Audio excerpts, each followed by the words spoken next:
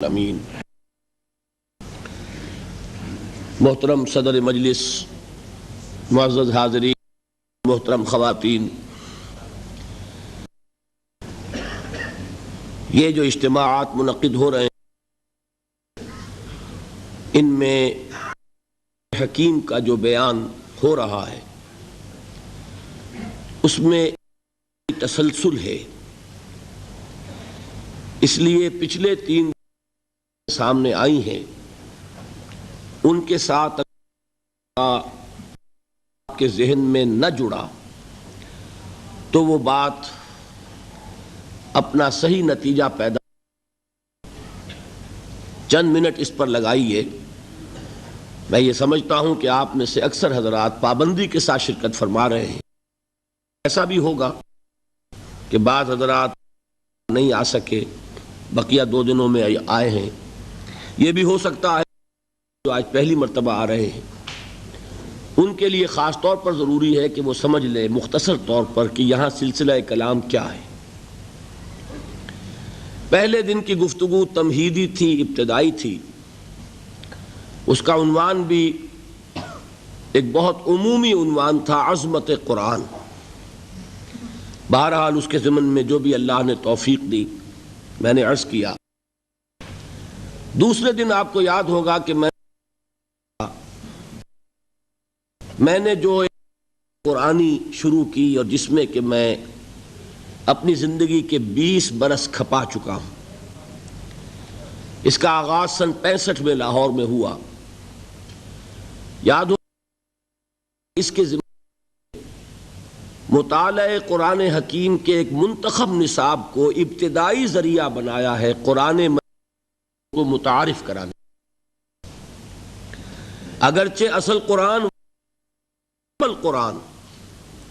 ترتیب بھی وہی ہے کہ جو مصحف کی ہے، سورہ فاتحہ سے سورۃ الناس تک، لیکن اس پورے قرآن کو تسلسل کے ساتھ، غور اور فکر کے ساتھ پڑھنا، تدبر کے ساتھ پڑھنا جو ہمیں کرنا چاہیے، اس کے لیے ایک بڑی مضبوط قوت ارادی کی ضرورت ہے کہ پہلے ایک فیصلہ ہو چکا ہو، ایک ڈٹرمینیشن۔ اس ڈٹرمینیشن کے لیے، اس فیصلے کے لیے، اس عزم کے لیے، اس ارادے کے لیے میں نے مفید پایا اس کو کہ قرآن مجید کے اہم مضامین سے اگر تعارف کرا دیا جائے منتخب مقامات کے مطالعے سے، تو قرآن مجید کے اہم مضامین سے انسان متعارف ہوتا ہے اور اس سے اس میں ایک شوق پیدا ہوتا ہے، ذہنی مناسبت پیدا ہوتی ہے، اور پھر اللہ کا اگر فضل شامل حال ہو تو اس میں وہ ارادہ پیدا ہو جائے گا کہ وہ پورے قرآن حکیم پر اسی طرح تدبر کرتے ہوئے غور و فکر کرے۔ اس مطالعہ قرآن حکیم کا جو مرکزی خیال ہے وہ یہ کہ اولاً تو دین کی جامعیت سامنے آ جائے کہ ہمارا دین معروف معنی میں صرف مذہب نہیں ہے بلکہ دین ہے۔ اس میں مذہب والے حصے بھی ہیں۔ دیکھیے، ذہن میں رکھیے، لفظ مذہب پورے قرآن میں کہیں نہیں آیا، اور آج ہماری زبانوں پر سب سے زیادہ یہی لفظ چڑھا ہوا ہے، ہمارا مذہب اسلام ہے، حالانکہ پورے قرآن میں یہ لفظ ہی نہیں۔ حدیث کا بھی جو ذخیرہ میرے مطالعے سے گزرا ہے، میں پورے حدیث کے ذخیرے کا میں دعویٰ نہیں کر سکتا، وہ بہت وسیع و عریض ذخیرہ ہے، لیکن جتنی بھی احادیث میری نگاہ سے گزری ہیں یہ لفظ مذہب کسی حدیث میں بھی نہیں۔ مذہب کا لفظ ہمارے ہاں سلف استعمال کرتے تھے محدود معنی میں، مذہب حنفی، مذہب شافعی، مذہب مالکی، مذہب اہل حدیث، یہ مذاہب ہیں۔ اسلام مذہب نہیں، اسلام دین ہے۔ ان الدین عند اللہ الاسلام۔ دین کہتے ہیں ایک مکمل نظام اطاعت کو، پوری زندگی پر حاوی، پوری زندگی پر مسلط، پوری انسانی زندگی کو اپنے حیطۂ اقتدار میں لینے والی چیز، جس کے لیے جدید اصطلاح کیا ہے؟ نظام۔ ہم کہتے ہیں نظام، یہ نظام بھی قرآن کا لفظ نہیں ہے، لیکن یہ کہ اگر دین کے مفہوم کو جدید کسی لفظ میں ادا کیا جائے تو وہ نظام ہوگا۔ دین کیا ہے؟ خدائی نظام ہے، اللہ کا عطا کردہ نظام زندگی ہے۔ اس میں انفرادی زندگی، اجتماعی زندگی، سیاسی معاملات، اقتصادی معاملات، سماجی نظام، آئلی نظام، قانون اور اس کے جملہ گوشے، فوجداری قانون، دیوانی قانون، قانون شہادت، قانون وراثت، ہر شے موجود ہے۔ زندگی کا کوئی گوشہ نہیں ہے جو دین کے اندر شامل نہ ہو۔ اتنی چھوٹی چھوٹی چیزیں بھی اس دین میں شامل ہیں، جس کے بارے میں ایک واقعہ ہے جس سے وضاحت ہو جائے گی کہ یہود نے مسلمانوں کو کچھ چڑھانا شروع کیا کہ ہم نے سنا ہے تمہارے نبی تمہیں بڑی چھوٹی چھوٹی باتوں کی تعلیم دیتے ہیں۔ تو کچھ صحابہ نے حضور سے عرض کیا کہ حضور یہ یہودی یہ کہتے ہیں۔ حضور نے فرمایا کہ تم انہیں جواب دو کہ ہاں، ہمارے نبی نے ہمیں استنجا کرنا بھی سکھایا ہے۔ ہمیں تو اس پر فخر ہے کہ انسان کے لیے طہارت اور پاکیزگی یہ بھی نہایت ضروری ہے، اور اس کی تعلیم بھی کون دے گا اگر نبی نہیں دے گا صلی اللہ علیہ وسلم۔ تو ہمارا دین تو وہاں سے لے کر نظام حکومت تک چوٹی کے جو معاملات ہوتے ہیں ان سب پر مشتمل ہے۔ پہلی بات تو یہ سامنے آنی چاہیے کہ اسلام صرف مذہب نہیں، دین ہے۔ میں 2 منٹ آپ کے اور لے لوں، اس کو بھی میں چاہتا ہوں جس طرح میں نے اور باتیں کل عرض کی ہیں بالکل الجبرا کے فارمولوں کی طرح یاد کرنے کے لیے اسی طریقے سے ذہن نشین کیجئے۔ 3 جمع 3 6 امور ہیں جو جمع ہو جائیں تو دین بنتا ہے، اور ان میں سے پہلی 3 چیزیں وہ ہیں کہ جمع ہو جائیں تو صرف مذہب بنتا ہے۔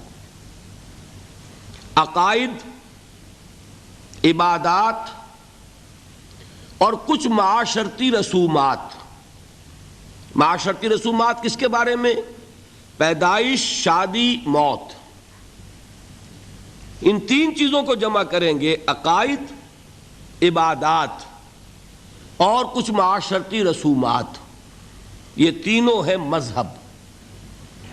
دنیا میں مذہب کا تصور یہیں تک ہے۔ اس سے آگے 3 چیزیں کیا ہیں؟ معاشرتی نظام، اقتصادی نظام، سیاسی نظام۔ ان کو جمع کریں گے تو یہ بنے گا اجتماعی نظام، اور ان 6 کو جمع کر لیں گے تو یہ بنے گا دین۔ یہ 6 چیزیں مل کر دین اسلام کی تکمیل ہوتی ہے۔ اس میں عقائد بھی ہیں، عبادات بھی ہیں، رسومات بھی ہیں، پیدائش کے ساتھ عقیقہ ہے، موت کے ساتھ تجہیز و تکفین ہے، نہلانا ہے، نماز جنازہ ہے، تدفین ہے، شادی بیاہ کے لیے نکاح ہے، ایجاب و قبول ہے۔ یہ تمام چیزیں بھی ہیں، لیکن ایک مکمل آئینی نظام، مکمل معاشی نظام، مکمل سماجی نظام، مکمل سیاسی نظام بھی ہے۔ تو 3 جمع 3 جمع کیجئے تو یہ در حقیقت دین بنتا ہے۔ پہلی تو اصل میں ضرورت اس بات کی ہے کہ اسے خوب اچھی طرح ذہن نشین کر لیا جائے۔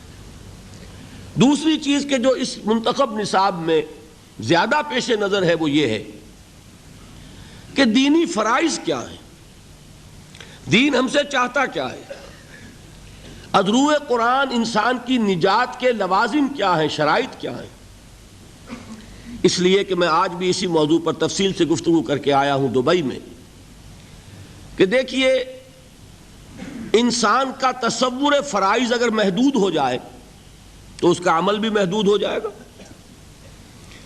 سادہ سی مثال دیا کرتا ہوں کہ کسی شخص کو کہیں ملازم رکھا گیا، اسے گن کر 10 کام بتا دیے گئے، یہ 10 کام تمہیں روزانہ کرنے ہیں۔ اب کوئی ایسا حادثہ ہوا اسے 7 کام بھول گئے، صرف 3 یاد رہ گئے۔ مخلص آدمی ہے، محنتی آدمی ہے، لیکن بھول گیا، 7 کام یاد ہی نہیں، 3 یاد ہیں۔ تو اس کا سارا اخلاص، سارا خلوص، ساری محنت انہی 3 کاموں پہ نکلے گی۔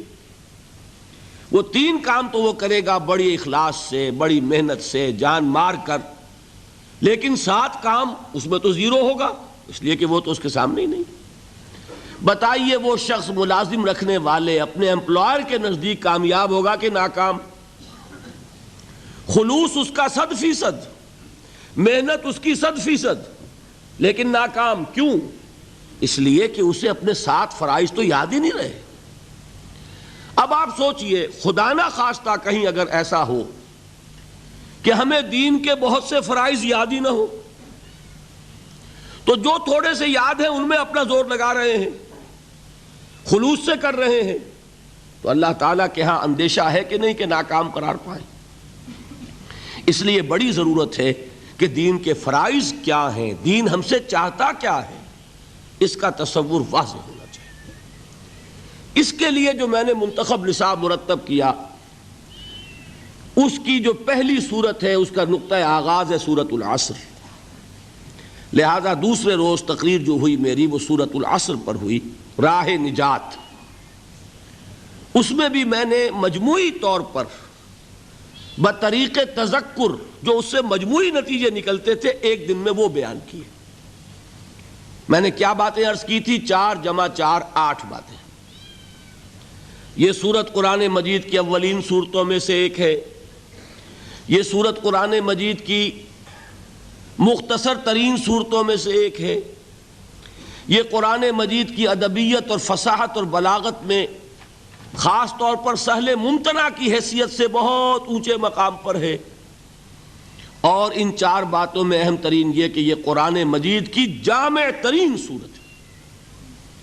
اس لیے میں نے صحابہ کرام کا عمل بتایا کہ 2 صحابی جب آپس میں ان کی ملاقات ہوتی تھی، ایک دوسرے سے جدا نہیں ہوتے تھے جب تک ایک دوسرے کو سورۃ العصر سنا نہ لیں، پھر ایک دوسرے کو سلام کرتے تھے، علیحدہ ہوتے تھے۔ کان الرجلان من اصحاب النبی صلی اللہ علیہ وسلم اذا التقیا لم یتفرقا حتی یقرأ احدهما علی الآخر سورۃ العصر ثم یسلم احدهما علی الآخر۔ میں نے آپ کو امام شافعی کے اقوال سنائے، لو تدبر الناس هذه السورۃ لوسعتهم، اگر لوگ صرف اس ایک سورت پر غور کریں، تدبر کریں، تو یہ ان کے لیے کافی ہو جائے۔ لو لم ينزل من القرآن سواها لکفت الناس، اگر قرآن میں سے سوائے اس ایک سورت کے کچھ نازل نہ ہوتا تو یہ بھی لوگوں کے لیے کافی تھی، اتنی جامع سورت ہے۔ 4 باتیں اور کیا بتائیں کہ سورۃ العصر کو ایک جملے کی شکل میں اپنے ذہن پر لکھ لیجئے، اللہ تعالی ہمارے لوح ذہن پر بھی کندہ کر دے، لوح قلب کے اوپر بھی اسے نقش کر دے۔ والعصر ان الانسان لفی خسر الا الذین آمنوا وعملوا الصالحات وتواصوا بالحق وتواصوا بالصبر۔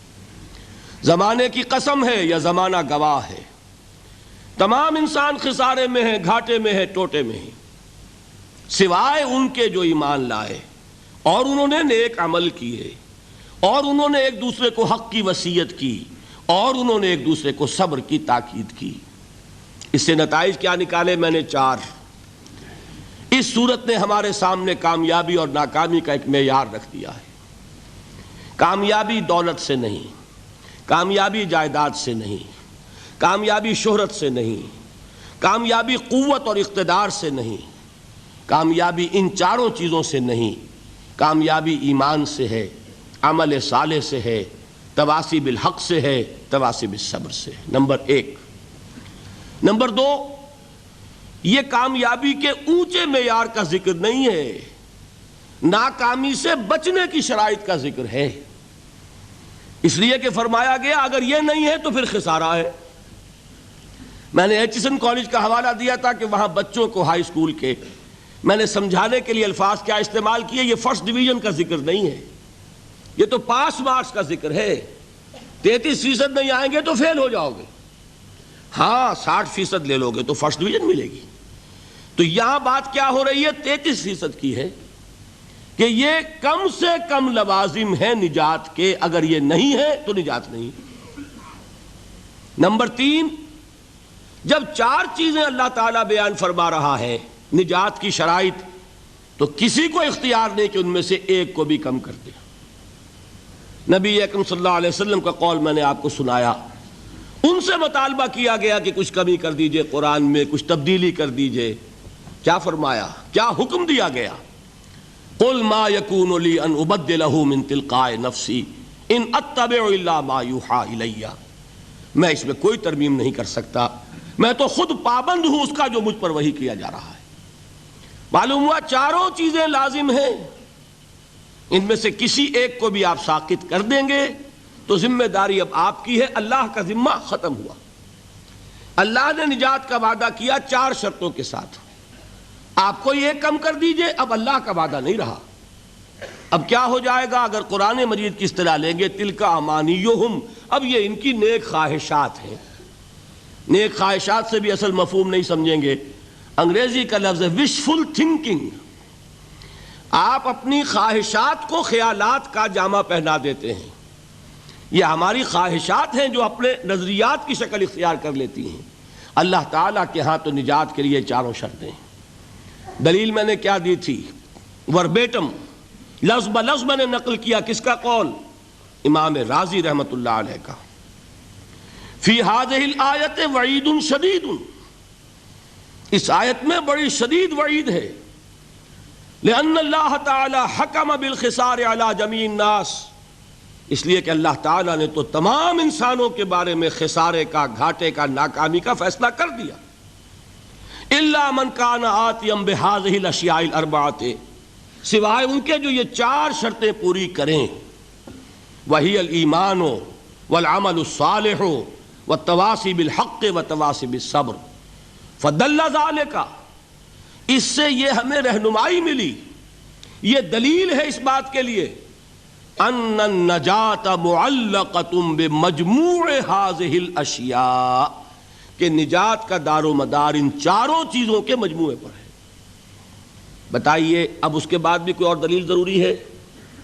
یہاں ایک بات مجھے بعد میں یاد آئی تھی کہ بیان ہونے سے رہ گئی تھی، وہ چوتھی بات نوٹ کر لیجئے، یہ 4 چیزیں لازم و ملزوم ہیں۔ اصل میں یہ 4 نہیں ہیں، یہ آپ کہہ سکتے ہیں کہ ایک ہی چیز ہے۔ ایمان صحیح ہوگا، عمل لازماً درست ہوگا۔ وہ ایمان ہی کیا ہوا جو عمل کو درست نہ کرے؟ اپنا عمل صحیح ہوگا تو آدمی کسی دوسرے کو بھی غلط کام کرتے ہوئے نہیں دیکھ سکتا، وہ غلطی کو برداشت کرتا ہے تبھی جب کہ اس کے اپنے اندر پانی مر رہا ہو۔ کہیں اپنے دل میں چور ہوگا تو وہ کسی غلط بات کو برداشت کرے گا، ورنہ جو انسان خود صحیح ہوگا وہ غلطی کو کبھی برداشت نہیں کرے گا، وہ حق کا علمبردار بن جائے گا، پرچارک بنے گا۔ اور اگر کوئی صاحب سیرت و کردار آدمی ہے تو پھر اس راستے میں جو تکلیف آئے گی پھر پیٹھ نہیں دکھائے گا، جمے گا، ہر چہ باد آباد ما کشتی درا بنداختے۔ تو یہ 4 چیزیں ہیں ہی نہیں، یہ تو کھول کر اللہ نے بتا دیا ہے، حقیقت میں شے ایک ہی ہے۔ میں اس کی ایک سادہ مثال اور دیا کرتا ہوں۔ دیکھیے آپ تصور کیجئے کسی شخص کا، کسی انسان کا ہو صاحب سیرت و کردار، کیریکٹر والا آدمی ہو، مرد ہو، بودا نہ ہو، بزدل نہ ہو، کمزور نہ ہو، اس شخص کے سامنے کوئی معاملہ آیا، پہلا کام کیا ہوگا کہ وہ اس میں حقیقت کی تہ تک پہنچے۔ بات کیا ہے سمجھنی چاہیے، ہوگی کہ نہیں؟ سرسری طور پہ کوئی فیصلہ نہ کر دے، بات کو سمجھے، حقیقت کی تہ تک پہنچے۔ نمبر 2، جو بات سامنے آئے اسے قبول کرے، پھر گھبرائے نہیں۔ He must face the reality and accept the reality۔ اگر صاحب کردار آدمی ہے اس کو خود اختیار کرے۔ میں سقراط کی مثال دے چکا ہوں، اس نے زہر کا پیالہ پسند کر لیا لیکن حق کو بیان کرنے سے رک جانا اس نے گوارا نہیں کیا۔ تیسری بات یہ ہوگی اس کا اعلان کرے ڈنکے کی چوٹ کے، یہ ہے حقیقت۔ ایک شے کو حق سمجھنا اور چھپا لینا یہ بزدلی ہے، یہ بوداپن ہے، یہ سیرت و کردار کی بات نہیں۔ اور آخری بات کیا ہوگی؟ حق تو آپ کو معلوم ہے کڑوا ہوتا ہے، کوئی ناراض ہوتا ہے تو ہوا کرے، کسی کی تیوری پر بل پڑتے ہیں تو پڑے، کسی کو ناگوار ہو تو ہو، آپ کو حق بات کہنی ہے اور جو تکلیف آئے جھیلنی ہے۔ اگر انسان صاحب کردار ہے، صاحب سیرت ہے، کریکٹر والا انسان ہے، مرد ہے وہ واقعتاً، تو یہ 4 چیزیں لازم ہیں۔ پہلے حق کو معلوم کرنا، وہ کیا ہے؟ ایمان۔ اس پوری کائنات کا حق کیا ہے؟ ایمان۔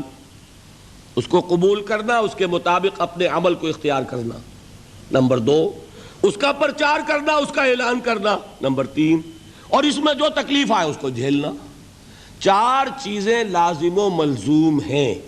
کسی ایک جگہ پر بھی اگر فل سٹاپ لگ گیا تو نتیجہ یہ نکلے گا کہ آدمی بودا تھا، کچا تھا، جواں مرد نہ تھا، جواں ہمت نہ تھا، صاحب سیرت نہ تھا، صاحب کردار نہ تھا، بودا انسان. یہ ہے سورۃ العصر. اس کے بعد اب ہم نے شروع کیا ہے ان 4 میں سے ایک ایک کو لے کر اس پر گفتگو. کل ایمان پر بحث ہوئی. میں نے 9 ابواب گنوائے تھے کتاب الایمان کے، جس میں سے 7 ہم پڑھ چکے. کیا؟ ایمان کے لفظی معنی ذہن میں تازہ کر لیجئے، میں نہیں بیان کروں گا اب. ایمان کا اصطلاحی مفہوم ذہن میں تازہ کیجئے. ایمان کا موضوع، ایمانیات کی تفصیل، ایمانیات ثلاثہ کی باہمی نسبت، پھر ایمان اور عمل، ایمان اور جہاد، اور ایمان اور امن. یہ 9 تھے جن میں سے کہ 7 بیان ہو چکے، 2 رہ گئے. آج اب میں لے رہا ہوں ایمان اور عمل صالح. اسی میں بات آ جائے گی کہ عمل صالح سے مراد کیا ہے، اور اسی میں چونکہ کل ہماری گفتگو چل رہی تھی ایمان کے حوالے سے، تو ایمان اور عمل صالح کا ربط و تعلق کیا ہے. دیکھیے آج کی گفتگو کو اب ہم شروع کریں گے. وہ جو 2 درجے معین کیے تھے ایمان کے، کہ ایک ہے قانونی ایمان، ایک ہے حقیقی ایمان. قانونی ایمان کے لیے ایک اور لفظ بھی ہے جس کا نام اسلام ہے. قانونی ایمان کا حاصل کیا ہے؟ دنیا میں کسی کو مسلمان سمجھا جائے، اس کے ساتھ مسلمان کا سا معاملہ کیا جائے. اور حقیقی ایمان کا حاصل کیا ہے؟ کہ آخرت میں اسے مومن سمجھا جائے اور اس کا وہ معاملہ کیا جائے کہ جو صاحب ایمان کے لیے اللہ تعالیٰ نے بیان فرمایا. اس کے لیے اب ذرا سورہ حجرات کی اس آیت نمبر 14 کو اچھی طرح پکا لیں اپنے ذہن میں، جو میں نے آج سب سے پہلے تلاوت کی. فرمایا قالت الاعراب آمنا. یہ بدو کہہ رہے ہیں کہ ہم ایمان لے آئے. اعراب جمع ہے اعرابیون کی. اعرابی آپ کو معلوم ہے بدو لوگ، خانہ بدوش لوگ. عرب کی اکثریت ایسے ہی لوگوں پر مشتمل تھی اور آج بھی ہے. یہ تو شہر اب بن رہے ہیں، بہت بڑا شہر آپ نے بنا لیا ابو ظبی اور دبئی، ورنہ یہاں کیا تھا؟ خانہ بدوش قبائل. ہاں مکہ ایک شہر تھا، مدینہ ایک شہر تھا، طائف ایک شہر تھا، چند شہر تھے. باقی اکثر یہاں کون تھے؟ بدو لوگ. ان بدوؤں میں سے کچھ لوگوں کی ایک بات بیان ہو رہی ہے کہ یہ دعویٰ کر رہے ہیں کہ ہم ایمان لے آئے. کوئی لفظ مشکل نہیں ہے. قالت الاعراب آمنا، یہ سب بدوؤں کی بات نہیں ہے. یہاں الف لام جو آیا یہ لام حصر نہیں ہے، بلکہ یہ خاص لوگوں کو بیان کر رہا ہے. حضور سے فرمایا گیا قل، اے نبی ان سے کہہ دیجئے، لم تؤمنوا، تم ہرگز ایمان نہیں لائے ہو. ذرا غور کر لیجئے گا. اتنا تو میں سمجھتا ہوں کہ شد بد کا معاملہ آپ کا یہاں ہوگا عربی کا، کہ عربی میں کہنا ہو کہ تم ایمان نہیں لائے تو اس کا عام اسلوب کیا ہوگا؟ ما آمنتم، فعل ماضی پر ما لگے گا. لیکن جب اس میں زور دینا ہو ہرگز ایمان نہیں لائے تو کہا جائے گا فعل مضارع پر لم داخل کر کے ادھر سے نون گرے گا، مضارع ہو جائے گا خفیف. لم تؤمنوا، تم ہرگز ایمان نہیں لائے ہو. اچھا ایمان نہیں لائے تو کیا کافر ہو؟ نہیں، یہ بھی نہیں. ولیکن قولوا اسلمنا، بلکہ یوں کہو، لیکن وہی ہے جو ہم لیکن کہتے، لیکن وہیں سے آیا ہے. عربی میں لیکن ہے. لیکن قولوا، کہو، اسلمنا، ہم اسلام لے آئے. بتائیے بات واضح ہو گئی. اسلام اور ہے، ایمان اور ہے. ایک گروہ ہے جس کے ایمان کی نفی کلی، ہرگز ایمان نہیں لائے، لیکن ان کا اسلام تسلیم ہے، قبول ہے. تم یہ کہہ سکتے ہو کہ ہم اسلام لے آئے، ہم نے اطاعت قبول کر لی. لیکن ہو سکتا ہے، اللہ تعالیٰ کا علم کامل ہے نا، وہ جانتا ہے بڑے بڑے منطقی اور بڑے بڑے ذہین لوگ ہیں، کوئی نہ کوئی راستہ نکال لیں گے. مزید راستہ بند کرنے کے لیے فرمایا وَلَمَّا يَدْخُلِ الْإِيمَانُ فِي قُلُوبِكُمْ، ابھی تک ایمان تمہارے دلوں میں داخل نہیں ہوا۔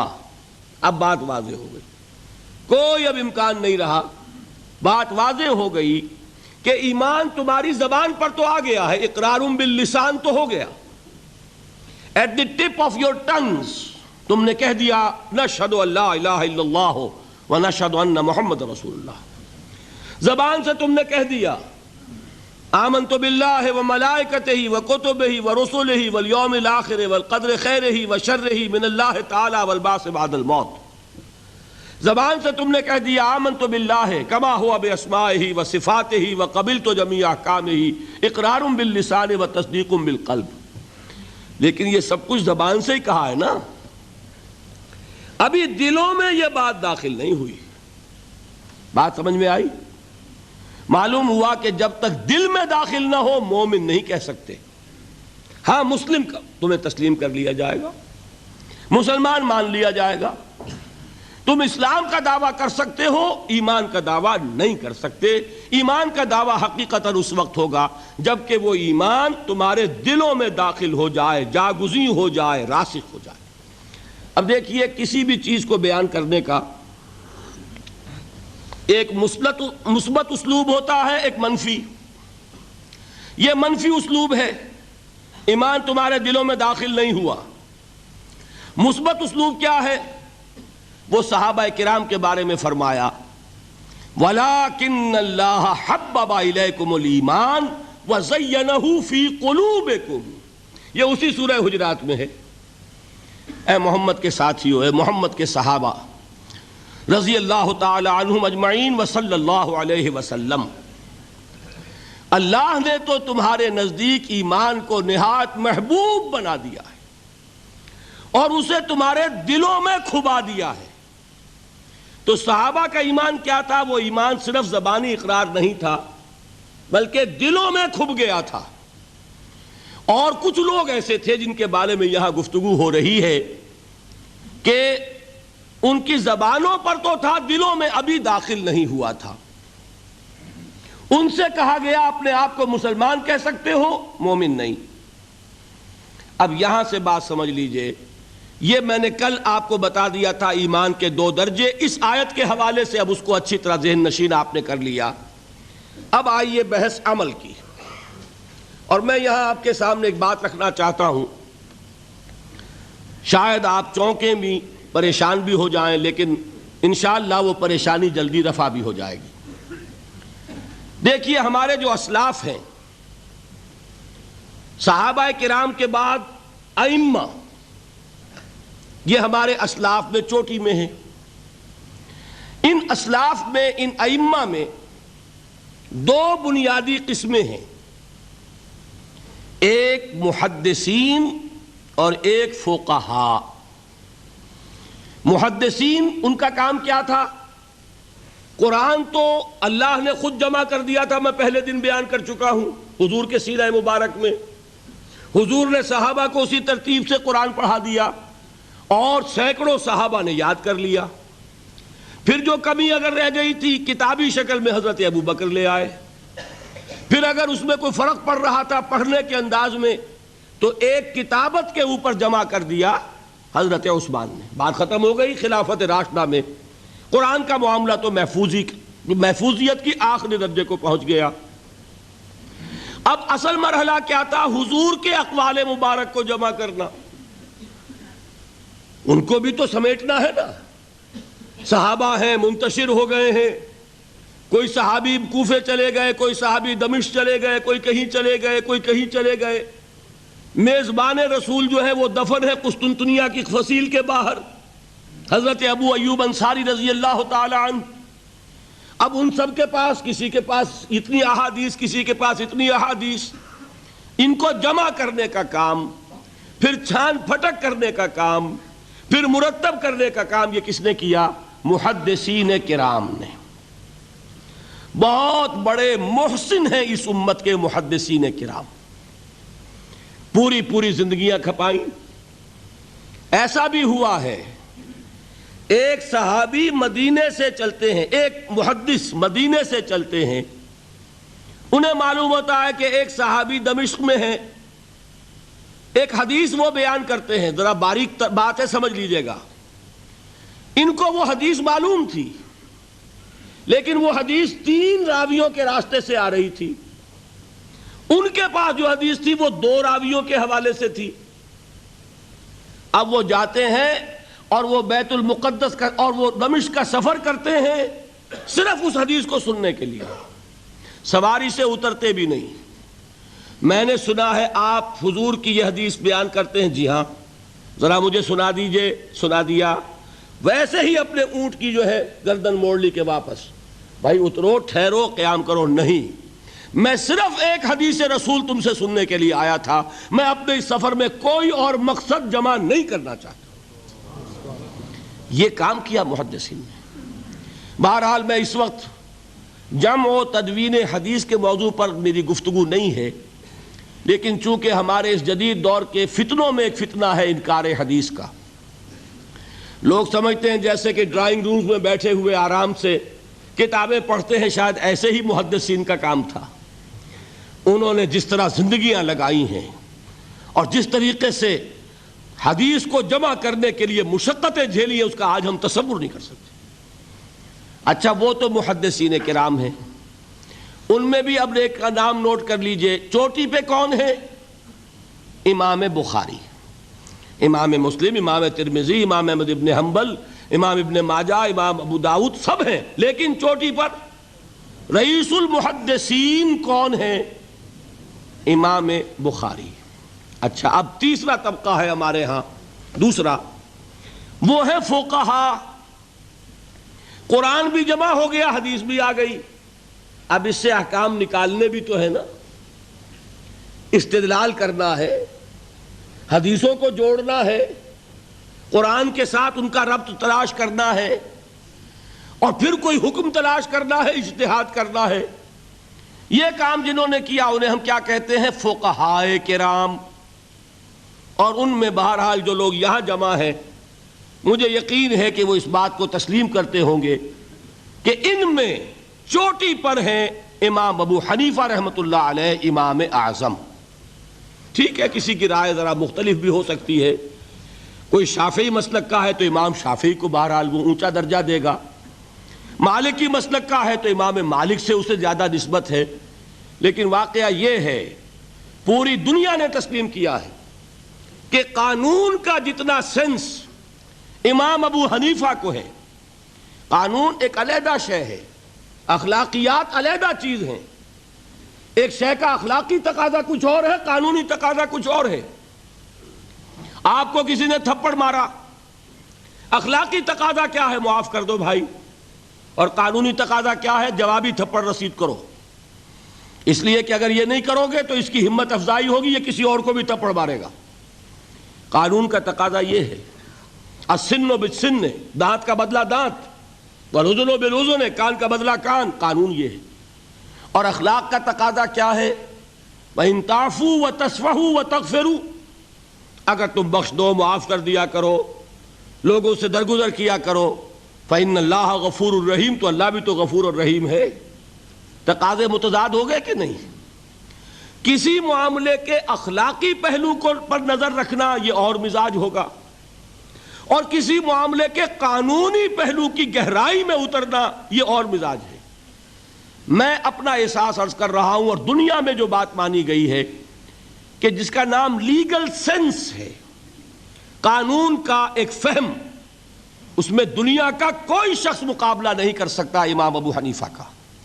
آپ صحابہ کو ان سے مستثنیٰ کر دیجئے، ظاہر بات ہے انبیاء اور رسولوں کا معاملہ نہیں ہے، تو باقی انسانی نوع انسانی کے اندر امام ابو حنیفہ کا پلے کا کوئی شخص، ان کے برابر کا کوئی شخص قانون کا فہم رکھنے والا آج تک پیدا نہیں ہوا۔ تو سید الفقہاء کون ہوئے؟ امام ابو حنیفہ۔ اور رئیس المحدثین کون ہے؟ امام بخاری۔ یہ ساری جو میں نے اس وقت آپ کو تمہید بیان کی، وہ اس مسئلے کے لیے پریشان کن مسئلہ یہ ہے کہ امام ابو حنیفہ کی طرف یہ بات منسوب ہے کہ وہ یہ فرماتے ہیں الایمان قول، ایمان نام ہے صرف قول کا، عمل اس میں زیر بحث نہیں آتا۔ ولا یزید ولا ینقص، وہ ایمان نہ گھٹتا ہے نہ بڑھتا ہے۔ ایک سٹیٹمنٹ سمجھ میں آ گیا نا؟ اب دوسرا سٹیٹمنٹ سنیے، وہ ہے امام بخاری کا، رئیس المحدثین کا، الایمان قول وعمل، ایمان نام ہے قول اور عمل کے مجموعے کا، قول اور عمل دونوں چیزیں ایمان میں شامل۔ وَيَزِيدُ وَيَنْقُصُ، وہ گھٹتا بھی ہے بڑھتا بھی ہے۔ ایک مسلمان کو پریشان ہو جانا چاہیے کہ نہیں؟ ایمان جیسی بنیادی بات، سارا قصر تو یہیں سے تعمیر ہونا ہے، جڑ بنیاد ایمان ہے۔ ایمان کے بارے میں کوئی 14ویں صدی کے 15ویں صدی ہجری کے کوئی علماء ہوں، بڑے سے بڑے ہوں، ان کا اختلاف ہو جائے تو تشویش نہیں ہوگی۔ یہ کن کے درمیان اختلاف ہو رہا ہے؟ رئیس المحدثین امام بخاری اور سید الفقہاء امام ابو حنیفہ۔ اور کتنا بنیادی اختلاف، بظاہر متضاد باتیں، بظاہر کہہ رہا ہوں میں نے کہا تھا مجھے پہلے آپ کو پریشان کرنا ہے، پھر تاکہ آپ کی سمجھ میں بات آئے یہ پریشانی رفع کیسے ہوتی ہے، اسی سے علم میں اضافہ ہوتا ہے۔ بات جو ہے وہ گہرائی کے ساتھ سمجھ میں آتی ہے کہ مسئلہ پہلے سامنے ہو۔ مسئلے کی اہمیت سامنے نہیں ہوگی تو آپ توجہ اتنی نہیں کریں گے۔ تو دیکھیے تضاد کتنا ہے، بعد المشرقین جسے کہتے ہیں ہم اپنے محاورے میں، کہ ایک مشرق کی بات ہے تو دوسری مغرب کی ہے۔ الایمان قول، نہیں، الایمان قول وعمل، تضاد ہے نا۔ لا یزید ولا ینقص، نہیں، یزید وینقص۔ تو یہ تو معلوم ہوتا ہے کہ بہت زبردست اختلاف ہے جو حل نہیں ہو سکے گا۔ اللہ تعالیٰ کا شکر ادا کرتا ہوں، اس نے اس کا حل سمجھایا۔ اور کیسا سمجھایا؟ میں پورے انشراح صدر کے ساتھ کہہ رہا ہوں، اس میں کوئی تصنع نہیں، کوئی تکلف نہیں۔ میرے نزدیک دونوں باتیں 100% درست ہیں۔ یہ نہیں کہ 50% یہ درست 50% وہ درست، نہیں، یہ بھی 100% درست، یہ بھی 100% درست۔ فرق کیا ہے؟ محل مختلف ہے۔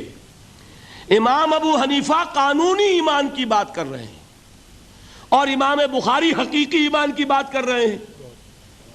قانونی ایمان کے اعتبار سے 100% درست ہے یہ بات کہ وہ صرف قول ہے، عمل نہیں زیر بحث آئے گا۔ ایک شخص نماز نہیں پڑھتا کافر نہیں ہے، نماز کا منکر ہو جائے کافر، زکوٰۃ نہیں دیتا فاسق ہے فاجر ہے، کافر نہیں ہے، زکوٰۃ کہہ دے کہ ہے ہی نہیں دین میں، کافر۔ فرشتہ کس نے دیکھا کیا پتا کیسا ہوتا ہے؟ حضور نے بھی اصل فرشتہ اپنی اصل ملکی شکل میں صرف 2 دفعہ دیکھا ہے، ورنہ تو انسانی شکل میں آتا تھا یا نظر ہی نہیں آتا تھا۔ 2 باتیں تھیں، وہی ہو جاتی تھی، نظر کوئی نہیں آتا تھا، یا انسانی شکل میں نظر آیا۔ اصل ملکی شکل میں حضرت جبرائیل کو 2 مرتبہ دیکھا۔ وَلَقَدْ رَآهُ بِالْأُفُقِ الْمُبِينِ وَلَقَدْ رَآهُ نَزْلَةً أُخْرَى عِنْدَ سِدْرَةِ الْمُنْتَهَى، ایک مرتبہ افق مبین پر دیکھا، ایک مرتبہ سدرۃ المنتہا کے پاس جبرائیل اپنی اصل شکل میں ظاہر ہوئے۔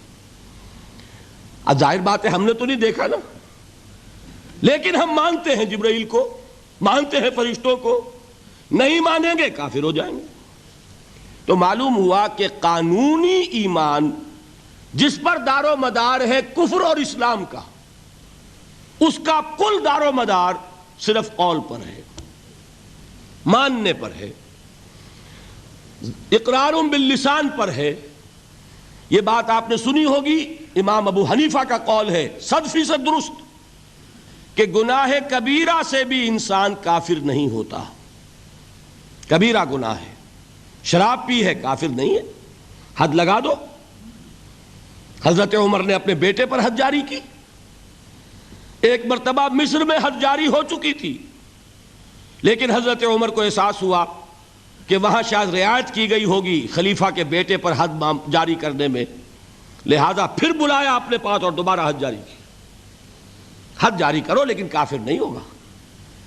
اگر کسی سے زنا ہو گیا ہے، میں آپ کو واقعہ سنا چکا، غامدی خاتون، حد جاری ہو جائے گی، لیکن یہ کہ اس کو کافر نہیں کہہ سکتے۔ کافر کیا کہیں گے؟ میں تو سنا چکا آپ کو کہ ذرا کسی نے کہہ دیا بے حیا عورت تھی تو حضور نے کیسی ڈانٹ پلائی ہے، کتنا اس کا رتبہ بیان کیا ہے۔ اس نے تو وہ توبہ کی ہے کہ مگر مدینہ کی پوری آبادی پر اس کو تقسیم کر دیا جائے تو سب کی نجات کے لیے کافی ہو جائے۔ معلوم ہوا تکفیر اور ہے اور کسی کا فاسق و فاجر ہونا اور ہے، اس میں حد فاصل انسان کا اقرار ہے۔ البتہ حقیقی ایمان، اب یہاں زمین و آسمان کا فرق آ جائے گا۔ ایمان دل میں اتر جائے تو کون نہیں جانتا کہ دل میں جو بات اتر جائے وہ عمل پر ضرور اثر انداز ہوتی ہے۔ یہ بات سیدھی سی ہے، دل میں یقین ہو عمل اس کے مطابق ہوگا۔ 2 اور 2 4 کی طرح مثالیں دے دوں آپ کو۔ آپ کو یقین ہے آگ جلاتی ہے، آپ ہاتھ ڈالتے ہیں اس میں، کیوں؟ یقین ہے کہ جلاتی ہے، لہذا کوئی شخص ہاتھ نہیں ڈالے گا۔ غلطی سے پڑ جائے تو پڑ جائے، جان بوجھ کے کون ڈالے گا؟ اچھا، میں بلکہ یہاں تک کہا کرتا ہوں کہ یقین تو بڑی دور کی شے ہے، گمان بھی ہو، گمان، اس کا نتیجہ بھی عمل میں نکل آتا ہے۔ کون شخص نہیں جانتا کہ سارے سانپ زہریلے نہیں ہوتے؟ معلوم ہے نا، لیکن جو سانپ ہے پتہ نہیں کمبخت یہ زہریلا ہے کہ نہیں، یقین نہیں ہے کہ یہ زہریلا ہے، ہو سکتا ہے کہ زہریلا ہو، صرف ظن ہے نا، آپ قریب پھٹکتے ہیں اس کے۔ معلوم ہوا کہ یقین تو بڑی شے ہے۔ وہ تو میں نے اقبال کے آپ کو شعر سنایا بارہا، یقین پیدا کرے ناداں یقین سے ہاتھ آتی ہے، وہ درویشی کے جس کے سامنے جھکتی ہے فغفوری۔ یہ اولیاء اللہ کون تھے؟ صاحب یقین ہی تو تھے، اور کون تھے؟ جن کے سامنے بادشاہ جھکتے تھے۔ شیخ عبد القدوس گنگوہی رحمت اللہ علیہ کس زمانے میں تھے؟ یہ ابراہیم لودھی اور اکبر کا زمانہ، بابر کا زمانہ، جب جنگ ہوئی ان کے مابین۔ ابراہیم لودھی چل کر آیا ہے کہ بابر آ گیا ہے، میں جا رہا ہوں مقابلے کے لیے، پانی پت کی پہلی جنگ ہونے والی ہے، میرے لیے دعا کر دیجئے۔ فرماتے ہیں ذرا ہٹ جاؤ، ہماری دھوپ چھوڑ دو۔ دعا نہیں کی اور وہ شکست اس نے کھائی، مارا گیا۔ ان سے بھی پہلے کی بات ہے، نظام الدین اولیاء رحمت اللہ علیہ 7 بادشاہوں کا زمانہ دیکھا ہے۔ کسی بادشاہ سے ملنے کا تو خیر سوال ہی نہیں، اس کے پاس جانے کا سوال نہیں، کسی کو اجازت نہیں دی حاضر ہونے کی۔ ایک بادشاہ نے کہا کہ آپ کیسے روک سکتے ہیں، میں آ جاؤں گا۔ تو جواب یہ لکھوایا ہے کہ درویش نے اپنے گھر کے 2 دروازے رکھے ہوئے ہیں، بادشاہ ایک دروازے سے داخل ہوگا، درویش دوسرے سے نکل جائے گا۔ بادشاہ چاہتا ہے اذن باریابی، اور سلطان الہند پھر کون ہوا؟ سلطان الہند تو پھر نظام الدین اولیاء ہوئے، جس کی قدم بوسی کے لیے بادشاہ آنا چاہتا ہے اور وہ اجازت نہیں دے رہے، اس لیے ان کا نام ہے سلطان الہند، حضرت نظام الدین اولیاء رحمت اللہ علیہ۔ تو یہ جان لیجئے۔ ایک اور کا واقعہ ابو علی قلندر کا، نواب ٹونک نے جاگیر کے لیے ایک وثیقہ بھیج دیا، ہم نے آپ کی خانقاہ کے لیے اتنے گاؤں کی جاگیر لکھ دی۔ اسی کاغذ کے پشت پر ایک شعر لکھا، ما آبروئے فقر و قناعت نباختیم، با میر خان بگوئے کہ روزی مقدر است۔ جاؤ میر خان سے کہہ دو، نواب ٹونک سے، ہماری روزی اللہ کے ہاں مقدر ہے، لکھی ہوئی ہے، ہم تمہارے ہاتھ اپنے فقر اور درویشی کی عزت بیچنا نہیں چاہتے، لے جاؤ اپنا وثیقہ۔ کون تھے یہ؟ صاحب یقین۔ یقین پیدا کرے ناداں یقین سے ہاتھ آتی ہے، وہ درویشی کہ جس کے سامنے جھکتی ہے فغفوری، شہنشاہ ہند اذن باریابی چاہے اجازت نہ ملے، وہ یقین کی بات ہے۔ آپ سوچئے یقین پیدا ہو جائے تو کیا ہوگا؟ اس کی ایک شکل تو میں کل آپ کو دکھا چکا، توکل ہوگا، راضی برضا ہوں گے، خوف نہیں ہوگا، حزن نہیں ہوگا، ڈر کاہے کا؟ میرا محافظ میرا رب۔ اچھا اس نے ہی کوئی چیز میرے لیے لکھ دی ہے تو کون محافظ ہو سکتا ہے؟ اور اللہ سے بچانے والا کوئی ہے؟ اور ہم اللہ کی طرف سے مقرر کردہ کسی چیز سے بھاگیں گے کیا؟ وہ تو ہمارا محبوب ہے، محبوب کی رضا اسی میں ہے، حاضر ہیں ہم۔ نہ شبد نصیب دشمن کے شبد ہلا کے تیغت، سری دوستاں سلامت کے تو خنجر آزمائی۔ بتائیے کوئی خوف ہوگا، کوئی حزن ہوگا؟ الا ان اولیاء اللہ لا خوف علیہم ولا هم یحزنون۔ یہ ہے معاملہ ایک۔ دوسرا معاملہ یہ، کیا دل میں یہ یقین ہو کہ اللہ ہے اور مجھے دیکھ رہا ہے اور مجھے اس کے حضور میں حاضر ہونا ہے، پھر بھی آپ شراب پی سکیں گے؟ بتائیے،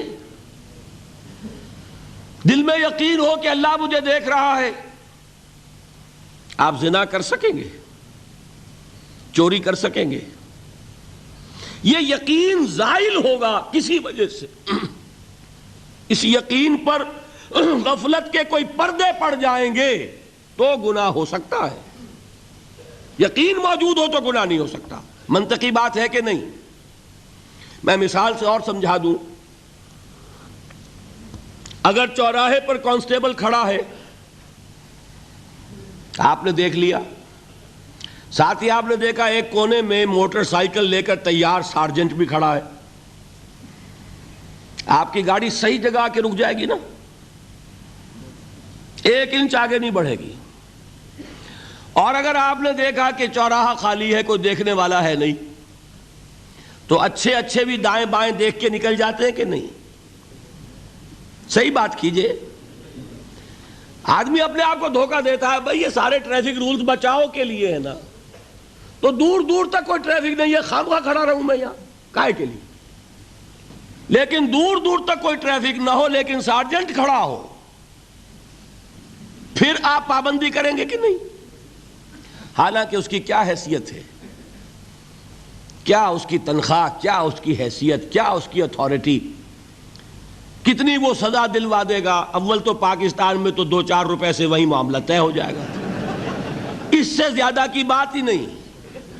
لیکن یہ کہ وہیں آپ کی گاڑی آ کر رک جاتی ہے۔ اگر یہ یقین ہو کہ اللہ ہے اور مجھے دیکھ رہا ہے تو کیا اس کا قانون توڑیں گے آپ؟ یقین والے ایمان کے ساتھ معصیت جمع نہیں ہو سکتی۔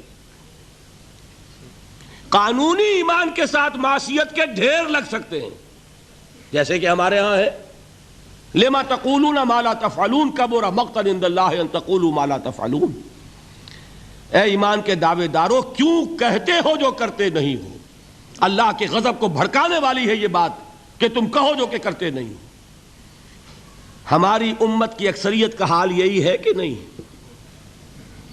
یہ کیا بات ہے کہ قانونی ایمان ہے، اس کے ساتھ معصیت کے انبار ہیں۔ حقیقی ایمان ہو تو معصیت کا وجود ہو نہیں سکتا۔ اب اس پر حدیثیں سن لیجئے۔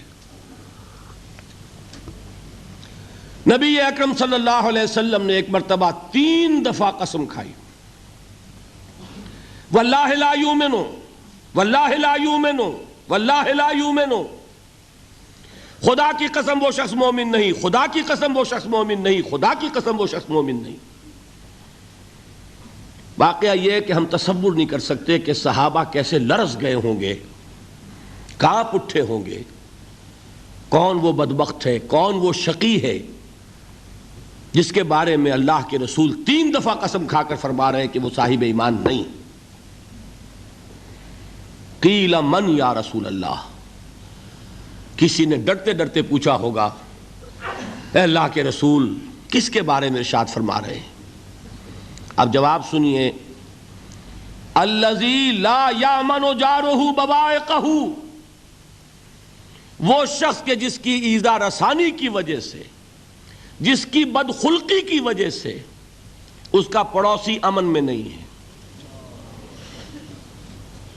یہ کوئی گناہ کبیرہ ہے؟ آپ کی فہرست میں تو گناہ ہی نہیں، کبیرہ کیا سوال، صغیرہ بھی نہیں۔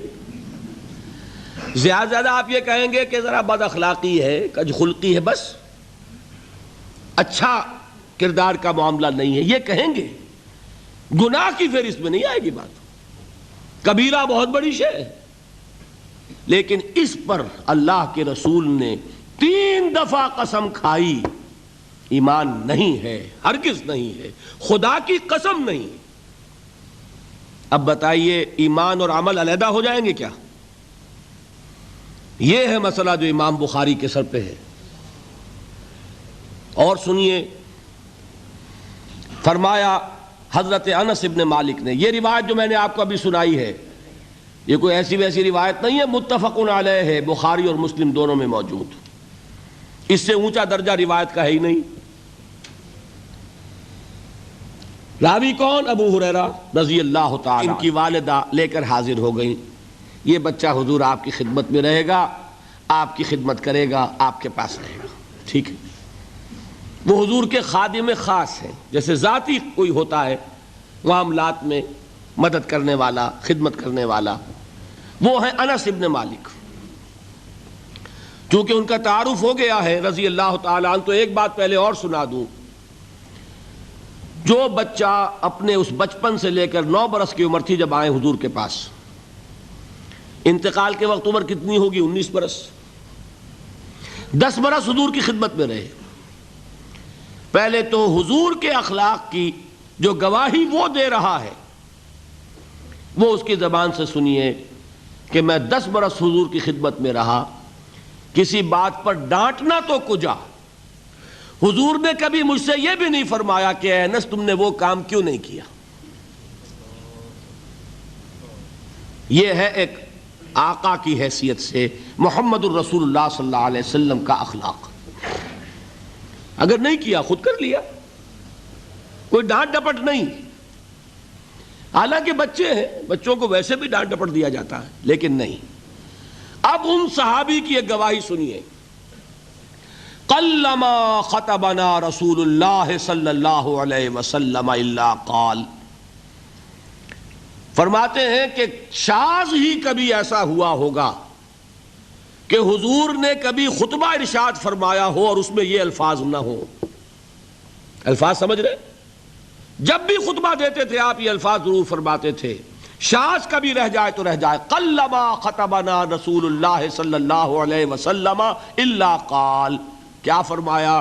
لا ایمان لمن لا امانت لہ ولا دین لمن لا عہد لہ، جس شخص میں امانت داری نہیں اس کا کوئی ایمان نہیں، جس میں ایفاء عہد نہیں اس کا کوئی دین نہیں۔ بنا پھرتا ہو وہ دیندار، بنا پھرتا ہو وہ صاحب ایمان اور امتی حضور کا، امانت داری نہیں تو ایمان نہیں، ایفاء عہد نہیں تو دین نہیں۔ کس کا فرمان ہے؟ کسی آج کے زمانے کے مفتی کی بات نہ سمجھ لیجئے گا کہ جس کو آسانی سے آپ چاہیں تو رد کر دیں، یہ محمد الرسول اللہ صلی اللہ علیہ وسلم کا فرمان ہے۔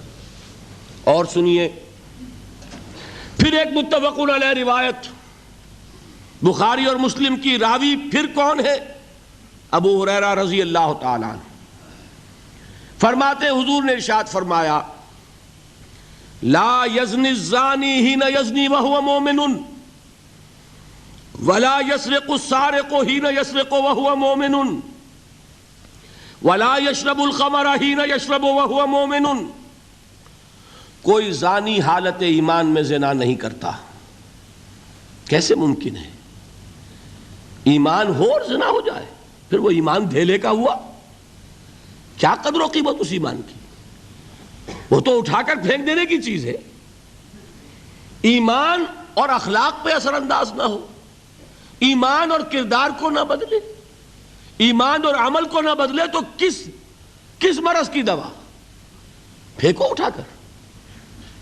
نہیں ممکن کہ ایمان ہو اور زنا ہو، نہیں ممکن کہ ایمان ہو اور چوری ہو، لا یسرق السارق حین یسرق وہو مومن، کوئی چور حالت ایمان میں چوری نہیں کرتا، کوئی شرابی حالت ایمان میں شراب نہیں پیتا، ولا یشرب الخمر حین یشرب وہو مومن، کوئی شراب پینے والا وہ مومن نہیں ہوتا جب وہ شراب پی رہا ہوتا ہے، اس وقت اس کے دل سے ایمان نکل جاتا ہے۔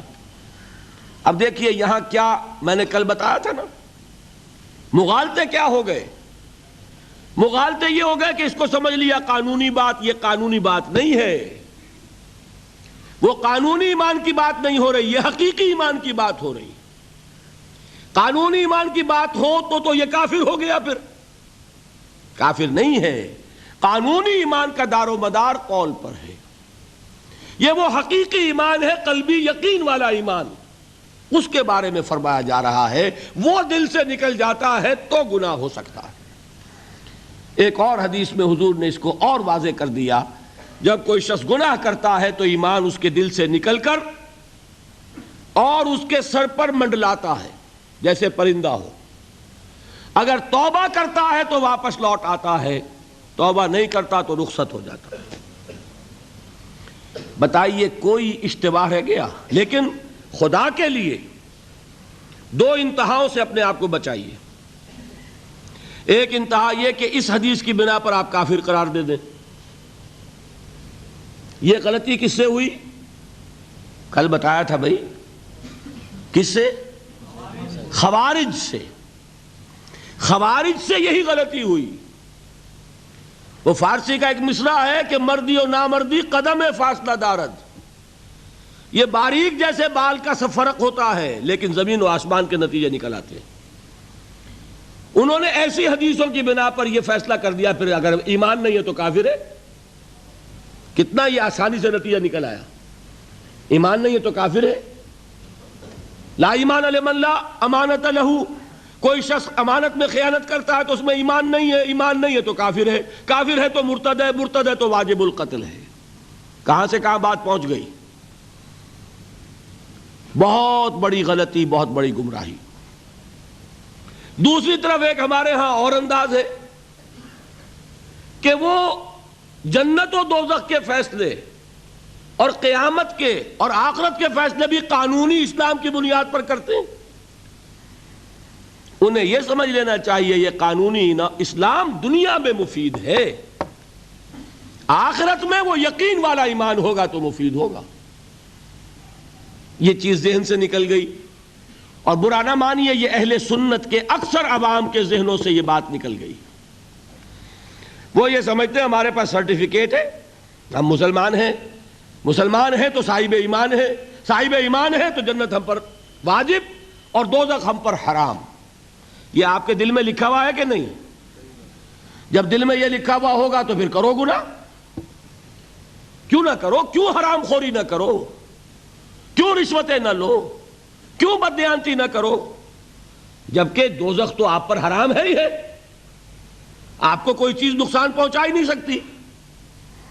یہ مرجیہ کا عقیدہ تھا، اصل میں یہ دوسری انتہا تھی جو آج اہل سنت کے اکثر لوگوں کے دلوں میں بات بیٹھ گئی، عوام کے اندر، جہلا کے اندر۔ ان دونوں چیزوں سے بچیے۔ تیسری ایک غلطی کی اہل تشیع نے، انہوں نے کیا غلطی کی؟ ایمان اور اسلام کے فیصلے دنیا میں کرنے لگ گئے۔ فلاں مومن تھے، باقی سب مسلم ہی تھے، اور باقی سب منافق ہی تھے۔ یہ فیصلہ کرنے کا کسی کو اختیار نہیں۔ دنیا میں فیصلہ صرف یہ ہوگا کہ کافر تھا یا مسلمان، چھٹی۔ تیسری کیٹیگری آپ طے نہیں کر سکتے، اس لیے کہ قانونی اصطلاحات یہی دو ہیں۔ سمجھ لیجئے ان باتوں کو، مجھے کوئی دھواں دھار تقریر نہیں کرنی، بات سمجھانی ہے۔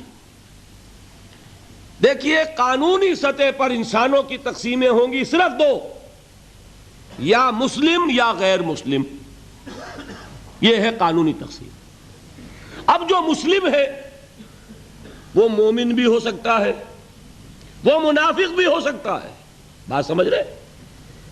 لیکن منافق کوئی قانونی اینٹی نہیں ہے۔ دنیا میں ہم کسی کو منافق نہیں کہہ سکتے۔ ہاں حضور کہہ سکتے تھے، حضور کو اللہ نے علم دیا تھا، لیکن حضور نے بھی ایسی پہرے داری کی ہے کہ کسی ایک شخص کے بارے میں بھی نہیں فرمایا کہ یہ منافق ہے، یہاں تک کہ جس کے بارے میں علم نشرہ ہو چکا تھا عبداللہ ابن ابی، اس کی بھی نماز جنازہ پڑھا دی کہ نہیں پڑھا دی؟ نماز جنازہ کافر کی پڑھی جاتی ہے یا مسلمان کی؟ اس کا مطلب ہے عبداللہ ابن ابی کو بھی حضور نے آخری وقت تک مسلمان تسلیم کیا۔ منافق جو بھی ہے وہ اپنے اندر ہے، اللہ کے ہاں جا کر کھلے گا۔ For all legal purposes a منافق is a مسلم۔ بات سمجھ میں آئی؟ اس لیے کہ لیگل اینٹیٹیز دو ہی ہے، کافر اور مسلم، تیسری اینٹیٹی کوئی لیگل نہیں ہے، تیسری کوئی حیثیت قانونی نہیں ہے۔ اب ایک جو مسلم ہے وہ مومن بھی ہو سکتا ہے، منافق بھی ہو سکتا ہے، اس کا فیصلہ کہاں ہوگا؟ اللہ کے ہاں۔ ویسے حقیقت نفاق پر مجھے تفصیلی گفتگو کرنی ہے، میں اس کے مسائل اور وہاں اس وقت واضح کروں گا۔ اس وقت ایک بات اور نوٹ کر لیں،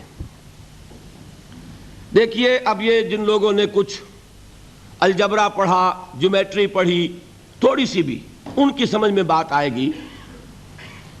کچھ گراف بنایا کرتے تھے، زیرو درمیان میں اور رائٹ سائڈ پہ +1 +2 +3 +4 اور لیفٹ پر -1 -2 -3 -4، درمیان میں کیا ہے؟ زیرو۔ یہ تیسری شکل بھی ممکن ہے۔ +1 کیا ہے؟ ایمان کا پہلا درجہ۔ +2 کیا ہے؟ ایمان کا دوسرا درجہ۔ +3 کیا ہوگا؟ ایمان کا اور درجہ۔ اور ابو بکر کا مقام کیا ہوگا؟ +انفینٹی، انتہائی درجے میں وہ پلس ہوتا چلا جائے گا تو وہ ابو بکر کا ایمان ہوگا، ٹھیک ہے؟ اور -1 نفاق کا پہلا درجہ، -2 -3 اور انفینٹی عبداللہ ابن ابی رئیس المنافقین۔ سمجھ میں آ گیا؟ درمیان میں زیرو بھی تو ہے کہ نہیں؟ یہ تیسری شکل ممکن ہے، جو شخص مسلم ہے وہ نہ مومن ہو نہ منافق ہو، بین بین ہو، یہ بھی ممکن ہے۔ اوپر سے مسلم، اندر ایمان، مسلم بھی ہو گیا مومن بھی ہو گیا۔ اوپر سے مسلم، اندر منافق، مسلم بھی ہو گیا منافق بھی ہو گیا۔ اوپر سے مسلم، اندر نہ نفاق نہ ایمان، اب وہ نرا مسلم ہو گیا۔ اور سچ پوچھئے تو ہم جو بیٹھے ہیں وہ وہی کچھ ہے،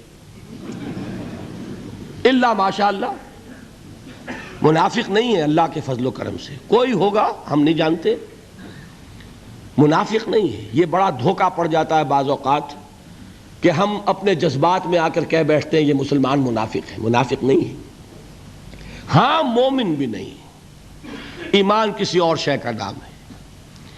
ایمان ہوتا ہے تو سورج کے مانند دمکتا ہے، ایمان ہوتا ہے عمل جو ہے اس کا نکھرتا ہے، ایمان ہوتا ہے تو توکل، راضی برضائے رب، اطاعت رب، اتباع رسول، نیکی بھلائی اخلاق، یہ ہے ایمان۔ تو ہمارا کیا حال ہے اکثر و بیشتر؟ نہ مومن نہ منافق، بین بین میں ہے۔ اور یہ آیت جس پر میں گفتگو کر رہا ہوں یہ اصل میں ایسے ہی لوگوں سے متعلق ہے۔ قالت الاعراب آمنا قل لم تؤمنوا، پلس کا انکار ہو گیا نا، ایمان تو نہیں ہے تمہارے اندر، ولیکن قولوا اسلمنا، درمیان میں آ گئے۔ ولما يدخل الایمان فی قلوبکم، مزید تاکید ہو گئی ایمان تمہارے دلوں میں داخل نہیں ہوا۔ لیکن اب آگے چلیے، وَإِن تُطِيعُوا اللَّهَ وَرَسُولَهُ لَا يَلِدْكُم مِّنْ أَعْمَالِكُمْ شَيْئًا، اگر تم اللہ اور اس کے رسول کی اطاعت کرتے رہو گے اللہ تمہارے عمل میں کوئی کمی نہیں کرے گا۔ اس سے ثابت ہو گیا منافق بھی نہیں، اس لیے کہ منافق کا کوئی عمل قبول نہیں۔ منافق تو وہ مائنس ویلیو ہے، اس کے ساتھ کوئی نیکی قبول ہو نہیں سکتی۔ کیا عبداللہ ابن ابی کی نمازیں قبول ہوئیں؟ اگرچہ وہ نماز حضور کی امامت میں ادا کی جا رہی ہے، لیکن کیا اس کی نماز قبول ہو سکتی تھی؟ وہ آپ کو یاد ہوگا واقعہ، جب مرا ہے وہ شخص رئیس المنافقین عبداللہ ابن ابی، اس کے بیٹے ہیں عبداللہ ابن ابی، وہ مومن صادق، نوجوان نہایت صالح۔ اب ایک سعادت مند بیٹے کو تو باپ سے محبت ہوگی کہ نہیں ہوگی؟ وہ بیٹا حاضر ہوتا ہے حضور کی خدمت میں، حضور میرے والد کا انتقال ہو گیا، آپ اپنا کرتا عنایت فرما دیجئے تاکہ میں اس کو کفن دوں۔ حضور نے سوچا اور کرتا اتار کے دے دیا۔ حضرت عمر کھڑے ہو گئے، وہ تو تھے نا، ان کا جلال اور ضبط نہیں کر سکتے تھے، ان کا وہ انداز تھا جو حضرت موسیٰ کا تھا۔ حضرت خضر کو 3 دفعہ ٹوکا کہ نہیں، یہ کیا کیا تم نے؟ بغیر کسی جرم کے اس بچے کو ختم کر دیا، یہ کیا کیا تم نے؟ کشتی کو تم نے توڑ دیا، مارو گے ان کو جو اس کے اندر سوار ہیں، یہ کیا کیا؟ یہ دیوار سیدھی کر دی، یہ بدبخت انہوں نے ہمیں کھانے کو بھی نہیں دیا اور ان کی دیوار سیدھی کر رہے ہیں۔ تو حضرت موسیٰ علیہ السلام خاموش نہیں رہ سکتے تھے۔ انک لن تستطیع معی صبرا، یہی معاملہ حضرت عمر فاروق کا تھا۔ کھڑے ہو گئے، حضور کیا کر رہے ہیں؟ اس دشمن خدا کو آپ اپنا کرتا دے رہے ہیں؟ اس نے یہ کیا، اس نے یہ کیا، اس نے یہ کیا۔ حضور مسکرا کر فرماتے ہیں، عمر میرا کرتا اسے اللہ کے عذاب سے نہیں بچا سکے گا۔ کبھی سنا آپ نے؟ لیکن ایک ہے مروت، ایک ہے شرافت۔ اس نیک اور صالح نوجوان نے آ کر مجھ سے ایک بات کہی، مجھ سے سوال کیا نا، کیا میری شرافت اور مروت اسے گوارا کر سکتی ہے کہ اس کا ہاتھ میں خالی لوٹا دوں؟ لیکن یہ نہیں کہ میرا کرتا اسے عذاب سے بچا لے گا۔ لیس للانسان الا ما سعى وان سعيه سوف يرى، نہیں ہے انسان کے لیے مگر وہی کچھ جس کے لیے اس نے محنت کی، بھاگ دوڑ کی، جو کمائی کی ہے وہی ملے گا، اور جو کمائی ہے وہ ضائع نہیں کی جائے گی، وہ دکھا دی جائے گی، یہ ہے تمہاری کمائی۔ تو انسان کا معاملہ تو عمل سے ہے نا۔ اور میں یہ بھی بتا دوں، لطیف باتیں ہیں یہ کرتا حضور نے دیا کیوں؟ ایک تو آپ کی شرافت اور مروت، اسی شرافت اور مروت کا ایک اور پہلو یہ تھا، حضور اس شخص کا ایک احسان اپنے اوپر سمجھتے تھے۔ غزوہ بدر میں حضرت عباس حضور کے چچا کفار کی طرف سے آئے تھے، ایمان نہیں لائے تھے اس وقت تک، اور وہ اسیران بدر میں تھے۔ بدر کی جنگ کے بعد جو قیدی تھے ان میں عباس بھی ہیں رضی اللہ تعالی عنہ۔ ان کو پاس کرتا نہیں تھا، کرتے کی ضرورت پیش آئی۔ وہ طویل القامت انسان تھے۔ عبداللہ ابن ابی نے اس وقت کرتا دیا تھا عباس کو۔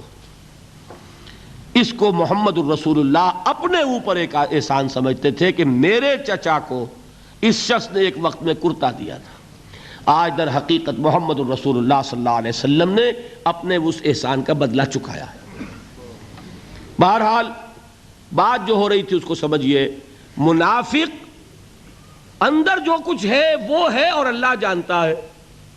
اللہ کا رسول جانتا تھا لیکن اس نے اس کو چھپایا اور تاکید کر دی، جس کو بتایا بھی ایک صاحب ہے حضرت حذیفہ ابن یمان۔ کچھ منافقوں کے نام بتا دیے تھے آپ نے، یہ میں واقعہ آپ کو پورا سناؤں گا جبکہ نفاق پر گفتگو ہوگی، لیکن ساتھ ہی کہہ دیا تھا دیکھنا کسی کو بتانا نہیں، یہ میرا راز ہے تمہارے پاس۔ اب لوگ ان سے پوچھتے بھی تھے، وہ بتاتے نہیں تھے۔ ان کا نام پڑ گیا صاحب سر النبی، یہ نبی کے رازدان ہیں، ان کے پاس نبی کا ایک راز ہے، وہ راز ہی رہا۔ میں بتاؤں گا کہ کس نے پوچھا تھا، وہ تب نفاق کی حقیقت سمجھ میں آئے گی۔ بہرحال یہ بات سمجھ لیں، قانوناً ایک شخص مسلمان ہے، حقیقت کے اعتبار سے اس کی 3 شکلیں ہو سکتی ہیں، یا مثبت طور پر مومن اور ایمان کے درجات بے شمار ہوں گے، +1 سے لے کر +انفینٹی تک، یا منفی طور پر منافق، -1 سے لے کر اور -انفینٹی تک، اور درمیان میں ایک 0 کا مقام بھی ہے، نہ منافق نہ مومن، بس وہ مسلمان ہے، وہ ہے جس کو فرمایا گیا ان تطیعوا اللہ ورسولہ۔ دیکھو ایمان تو تمہارے دلوں میں نہیں ہے، لیکن اگر تم اطاعت کرتے رہو گے اللہ کی اور اس کے رسول کی، اس حالت میں لا یلدکم من اعمالکم شیئا، اللہ تمہارے اعمال میں کوئی کمی نہیں کرے گا، اس کے اجر و ثواب سے تمہیں محروم نہیں رکھے گا۔ دیکھیے بات سمجھ لیں، بظاہر ہماری منطق کے خلاف بات جا رہی ہے، ایمان کے بغیر عمل قبول ہونا چاہیے؟ بڑی آسانی سے آپ کہہ دیں گے نہیں ہونا چاہیے، لیکن آپ سوچ لیجئے سب سے زیادہ خطرہ پھر ہم ہی کو ہوگا کہ ہماری یہ نمازیں بھی قبول ہوں گی کہ نہیں ہوں گی، وہ ایمان ہے کہ نہیں ہے، وہ دلی یقین والا ایمان، قانون ایمان تو ہے، سب کو ہے، میرے پاس بھی ہے، آپ کے پاس بھی ہے۔ یہی وجہ ہے دیکھیے کہ اللہ تعالیٰ نے اپنی یہاں دو صفات کا حوالہ دیا۔ یہ جو قرآن مجید کی آیات عموماً ختم ہوتی ہیں اللہ کے اسماء و صفات پر، وَهُوَ السَّمِيعُ الْبَصِيرُ وَهُوَ الْعَزِيزُ الْحَكِيمُ وَهُوَ الْعَلِيمُ الْخَبِيرُ، تو آپ کا کیا خیال ہے الٹپ آتی ہیں؟ یہ بڑی حکمت کے ساتھ آتی ہیں، مضمون کے ساتھ، مناسبت کے ساتھ اللہ کی صفات، اللہ کے نام، خاص سبب ہے۔ یہاں فرمایا، آیت ختم ہوئی ان اللہ غفور الرحیم، یہ اللہ کی شان غفاری اور شان رحیمی کا صدقہ ہے کہ اس حالت میں بھی اطاعت کرو گے تو اللہ قبول فرما لے گا، ورنہ صحیح بات تو یہی بنتی ہے کہ ایمان کے بغیر اطاعت قبول نہ ہو۔ بات سمجھ میں آئی؟ یہ رعایت دی جا رہی ہے تمہیں کہ اگرچہ تمہارے دلوں میں ایمان داخل نہیں ہوا، تاحال لم تؤمنوا، تم ہرگز مومن نہیں کہہ سکتے اپنے آپ کو صرف مسلمان کہہ سکتے ہو، لیکن اگر اس حال میں بھی اطاعت کرتے رہو گے تو اللہ تعالیٰ تمہارے اعمال کے اجر و ثواب کو روکے گا نہیں، کیوں؟ وہ غفور ہے، وہ رحیم ہے۔ قالت الاعراب آمنا قل لم تؤمنوا ولكن قولوا اسلمنا ولما يدخل الايمان في قلوبكم وان تطيعوا الله ورسوله لا يلدكم من اعمالكم شيئا ان الله غفور رحيم۔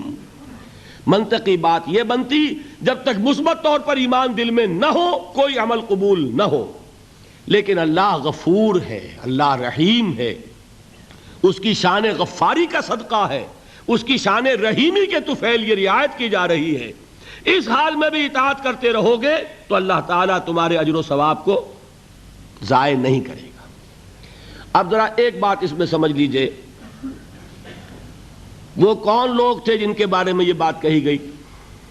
نمبر ایک، اور ہم اپنے اوپر غور کریں کہ ہم کس کیٹیگری میں ہیں، اور یہ کتنی بڑی نوید جافزہ ہے ہمارے لیے اللہ کا یہ وعدہ کہ اگر ایمان نہ ہو تب بھی اطاعت کرو گے تو قبول کر لیں گے، لیکن اس کے لیے ایک نوٹ آف کوشن بھی ہے، ایک تنبیہ بھی ہے۔ یہ چار باتیں سمجھ لیں تب اس آیت کا درس مکمل ہوگا۔ نمبر ایک، یہ کون لوگ تھے؟ دیکھیے اچھی طرح سمجھیے اس بات کو۔ مکے میں اسلام کمزور تھا، کفر غالب تھا، ٹھیک؟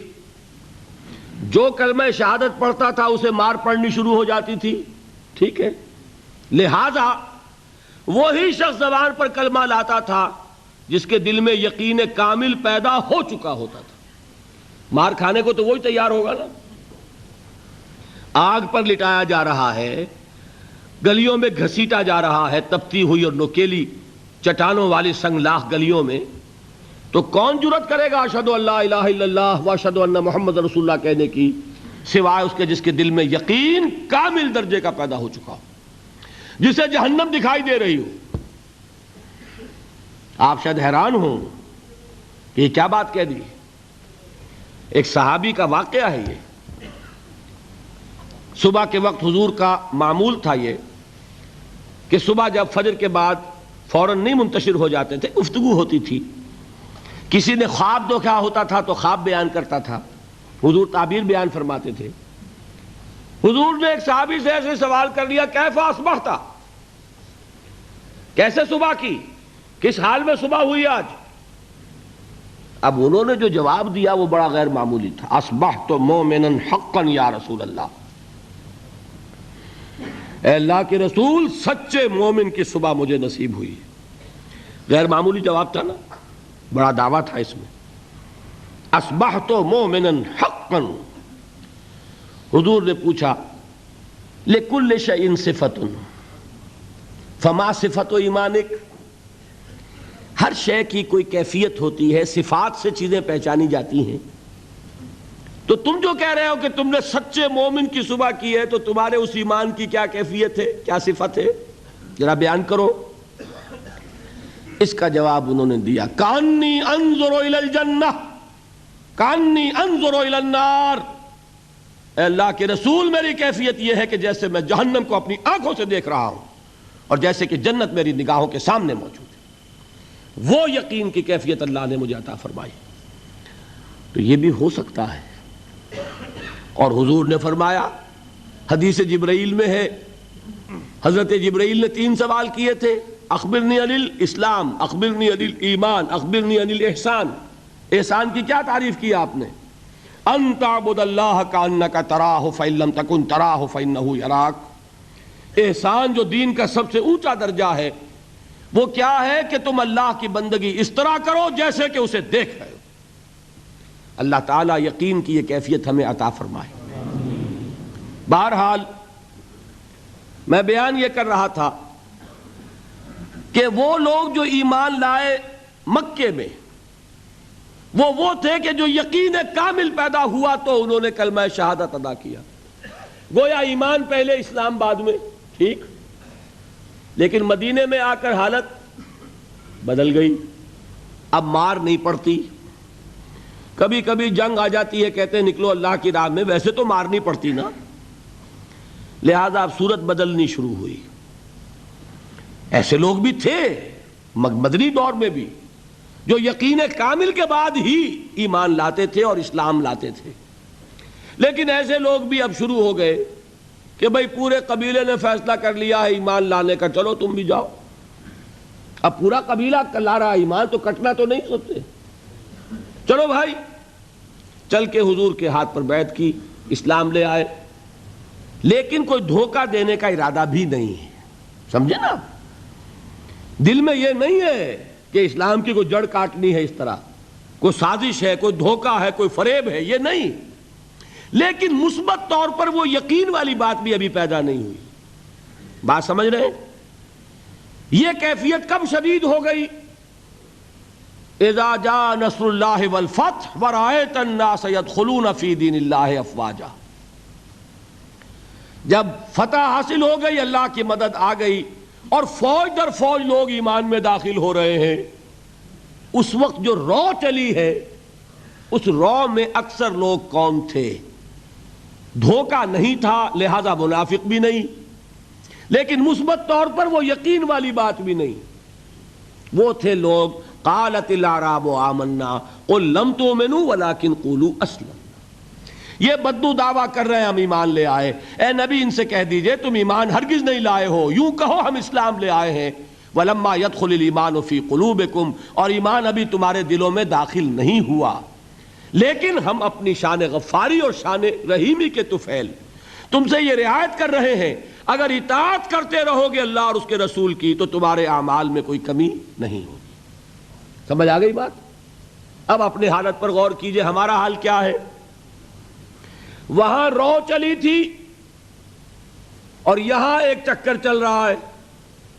باپ کا بیٹا مسلمان، اس کا اگلا بیٹا مسلمان. وہ جو میں نے کہا تھا ہم مسلمان کیوں ہیں؟ By accident of birth.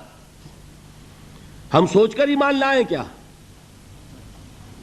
ہم نے خود غور و فکر کے بعد ایمان قبول کیا ہے. اللہ جس سے توفیق دے دے. ہو سکتا ہے، اب بھی ہو سکتا ہے. سوچئے، غور کیجئے، تفکر کیجئے، شعوری طور پر ایمان لائیے، وہ ایمان اور ہوگا. اب تک ہم میں سے اکثر کا حال کیا ہے کہ صرف ایک چکر ہے نسلی، نسلاً بعد نسل اسلام آ گیا. اسلام تو آ گیا، کیا ایمان بھی آ جائے گا اس طرح؟ ایمان نہیں آتا اس طرح، اسلام آیا ہے. ہمارا حال کیا ہے اکثر و بیشتر؟ وہ اسی آیت کے مصداق ہے. قالت الاعراب آمنا قل لم تؤمنوا ولکن قولوا اسلمنا ولما يدخل الايمان في قلوبكم. تو بتائیے ہمارے لیے کتنی بڑی نوید ہے یہ، کتنی بڑی خوشخبری ہے یہ کہ اللہ نے یہ وعدہ کر لیا ہے. اگر بات یہ ہوگی کہ جب تک ایمان نہیں ہوگی نہ نماز قبول نہ روزہ قبول، تو ہمارا کوئی مقام پھر تھا؟ اللہ نے کتنی بڑی اپنی رحمت فرمائی، کتنا فضل فرمایا. اس حالت میں بھی اطاعت کرو گے تو اللہ تمہارے اعمال کا اجر و ثواب عطا کر دے گا. اب چوتھی چیز، نوٹ آف کوشن، یہ اطاعت ہونی چاہیے کلی اطاعت، جزوی نہیں. جزوی اطاعت نہیں. اللہ کے 10 احکام ہیں، 5 آپ نے مان لیے، 5 آپ نے ٹھوکر مار دیے. کیا کہیں گے اسے؟ یہ اطاعت ہے؟ سمجھ لیجئے، یہ جزوی اطاعت نہیں. اس پر تو اللہ کا غضب بھڑکتا ہے. افتؤمنون ببعض الکتاب وتکفرون ببعض، کیا تم ہماری شریعت، ہماری کتاب، ہمارے قانون، اس کے کچھ حصے کو مانتے اور کچھ کو نہیں مانتے؟ فما جزاء من يفعل ذلك منكم الا خزي في الحیاۃ الدنیا ویوم القیامۃ یردون الی اشد العذاب. جو کوئی بھی یہ طرز عمل اختیار کرے گا اس کی سزا اس کے سوا اور کچھ نہیں ہے کہ دنیا میں انہیں ذلیل و خوار کر دیا جائے اور قیامت کے دن شدید ترین عذاب میں جھونک دیا جائے. وَمَا اللَّهُ بِغَافِلٍ عَمَّا تَعْمَلُونَ، اور اللہ غافل اور بے خبر نہیں ہے تمہارے کرتوتوں سے. He knows you through and through. وہ جانتا ہے، وہ تو تمہاری نیتوں کو جانتا ہے. ان اللہ لا ينظر الى صورکم ولا اموالکم ولکن ينظر الى قلوبکم واعمالکم. اللہ تمہاری صورتوں کو اور تمہارے مالوں کو نہیں دیکھتا، وہ تمہارے دلوں کو اور تمہارے عملوں کو دیکھتا ہے. یہ حدیث کے الفاظ ہیں. تو یہ جو جزوی اطاعت ہے یہ اطاعت نہیں کہلائے گی، بلکہ یہ تمسخر کہلائے گا، ڈٹھائی کہلائے گی، استہزاء کہلائے گا، دین کا مذاق اڑانا کہلائے گا. بات سمجھ رہے ہیں کہ نہیں؟ اور میں اور منطقی طور پر ثابت کر دوں کہ اگر آپ نے اللہ کے کچھ احکام مانے، کچھ نہیں مانے، تو جو مانے وہ بھی اللہ کے نہیں مانے. بظاہر بات میں بڑی عجیب کہہ رہا ہوں. اللہ کا ایک حکم آپ نے مانا، ایک نہیں مانا. بتائیے جو نہیں مانا کیوں نہیں مانا؟ کہ نفس کو پسند نہیں. جو مانا کیوں مانا؟ کہ نفس کو پسند ہے. دونوں حالتوں میں کس کی بات مانی؟ نفس کی. اگر اللہ کی بات ماننی تھی تو پھر تو وہ بات بھی اللہ کی ہے. جب آپ نے اللہ کی ایک بات رد کر دی، کیوں؟ کہ نفس کو پسند نہیں. اور جو مانی تو اس لیے مانی کہ نفس نے ویٹو ہے، اوکے کر دیا، ٹھیک ہے. تو اصل آپ کا افسر کون ہوا؟ نفس یا اللہ؟ اللہ کا حکم ہوتا تو جو حکم ہے وہ ماننا پڑے گا. معلوم ہوا کہ آپ نے ویٹو دیا ہوا ہے نفس کو، تو جس کے پاس ویٹو اسی کی اطاعت. بظاہر آپ اللہ کا حکم مان رہے، حقیقت میں اپنے نفس کا حکم مان رہے. اللہ کہ آپ کی اطاعت کلی ہو، جو اللہ کا حکم سر تسلیم خم. ہاں یہ ہو سکتا ہے وقتی طور پر کوئی خطا ہو جائے، جذبات کی رو میں آپ بہہ گئے، غلطی ہو گئی. ایسا جب بھی ہوتا ہے فوراً توبہ کرتا ہے انسان. جذبات کا معاملہ ہوتا ہے جیسے کہ طوفان آتا ہے پہاڑی علاقے میں. میدانی علاقے میں سیلاب آئے گا تو آہستہ آہستہ آتا ہے اور آہستہ آہستہ اترتا بھی ہے. پہاڑی علاقے میں سیلاب آتا ہے تو طوفانی شکل میں آتا ہے، فوراً ختم بھی ہو جاتا ہے نا. ایسا جذبات کا معاملہ یہ ہوتا ہے. طوفان کی طرح جذبات چڑھے، اس وقت آپ سے غلطی ہو گئی، فوراً اتر جائے گا طوفان اور آپ پچھتائیں گے کہ میں کیا کر بیٹھا. فوراً رجوع کریں گے، فوراً توبہ کریں گے. ایسے شخص کی توبہ کو قبول کرنا اللہ نے اپنے ذمے قرار دیا ہے. انما التوبۃ علی اللہ للذین یعملون السوء بجہالۃ ثم یتوبون من قریب. اللہ تعالیٰ کے ذمے ہے اپنے ایسے بندے کی توبہ قبول کرنا جو کہیں جہالت میں، نادانی میں، جذبات کی رو میں بہہ کر غلط کام کر بیٹھتا ہے لیکن فوراً ہی توبہ کرتا ہے. البتہ جان بوجھ کر آپ نے with cold reasoning، جیسے آپ کہتے ہیں نا cold blooded murder، ایک ہے جذبات میں آ کے کسی کو قتل کر دیا، آپ کا کوئی ارادہ نہیں تھا، آپ جا رہے تھے، جاتے ہوئے آپ کا کندھا لگ گیا کسی کو، وہ اللہ کا بندہ ایسا غسیل نکلا، اس نے ماں کی گالی دے دی آپ کو، آپ کا چڑھ گیا پارا اور آپ نے جو اس کے ایک رسید کیا مر گیا، تو کیا آپ کا ارادہ تھا اس کو قتل کرنے کا؟ نہیں تھا۔ جیسے حضرت موسیٰ نے قبطی کے ایک گھونسا مارا، فَوَقَذَهُ مُوسَىٰ فَقَضَىٰ عَلَيْهِ، وہ ایک گھونسے میں ختم ہو گیا۔ کیا موسیٰ کا ارادہ قتل کا تھا؟ نہیں۔ یہ اور 6 ہے، اور ایک ہے آپ گھر سے ہی چلے ہیں، آج مجھے اس کی جان لینی ہے، پستول لے کر چلے، سنبھال کر چلے، گولیاں گن کر چلے، اور تاک میں رہے کہاں موقع ملتا اور آپ نے مارا۔ اس کو کہتے ہیں کولڈ بلڈڈ مرڈر۔ اسی طریقے سے ایک گناہ وہ ہے جو سوچ سمجھ کر ہوتا ہے۔ وہ گناہ کون سا ہوتا ہے؟ اجی کیا کریں، کام نہیں چلتا، سودی کاروبار تو کرنا ہی ہے۔ یہ جذباتی بات ہے؟ نہیں، یہ آپ کی سوچی سمجھی رائے ہے۔ روکھی سوکھی نہیں کھانی بھائی، کھانے پراٹھے ہی ہیں، لہذا سودی کاروبار کیے بغیر چارہ نہیں۔ یہ تو سوچی سمجھی بات ہے بھائی۔ یہ ہے وہ گناہ، یہ ایک گناہ بھی آپ کی پوری نیکی کو ختم کر دے۔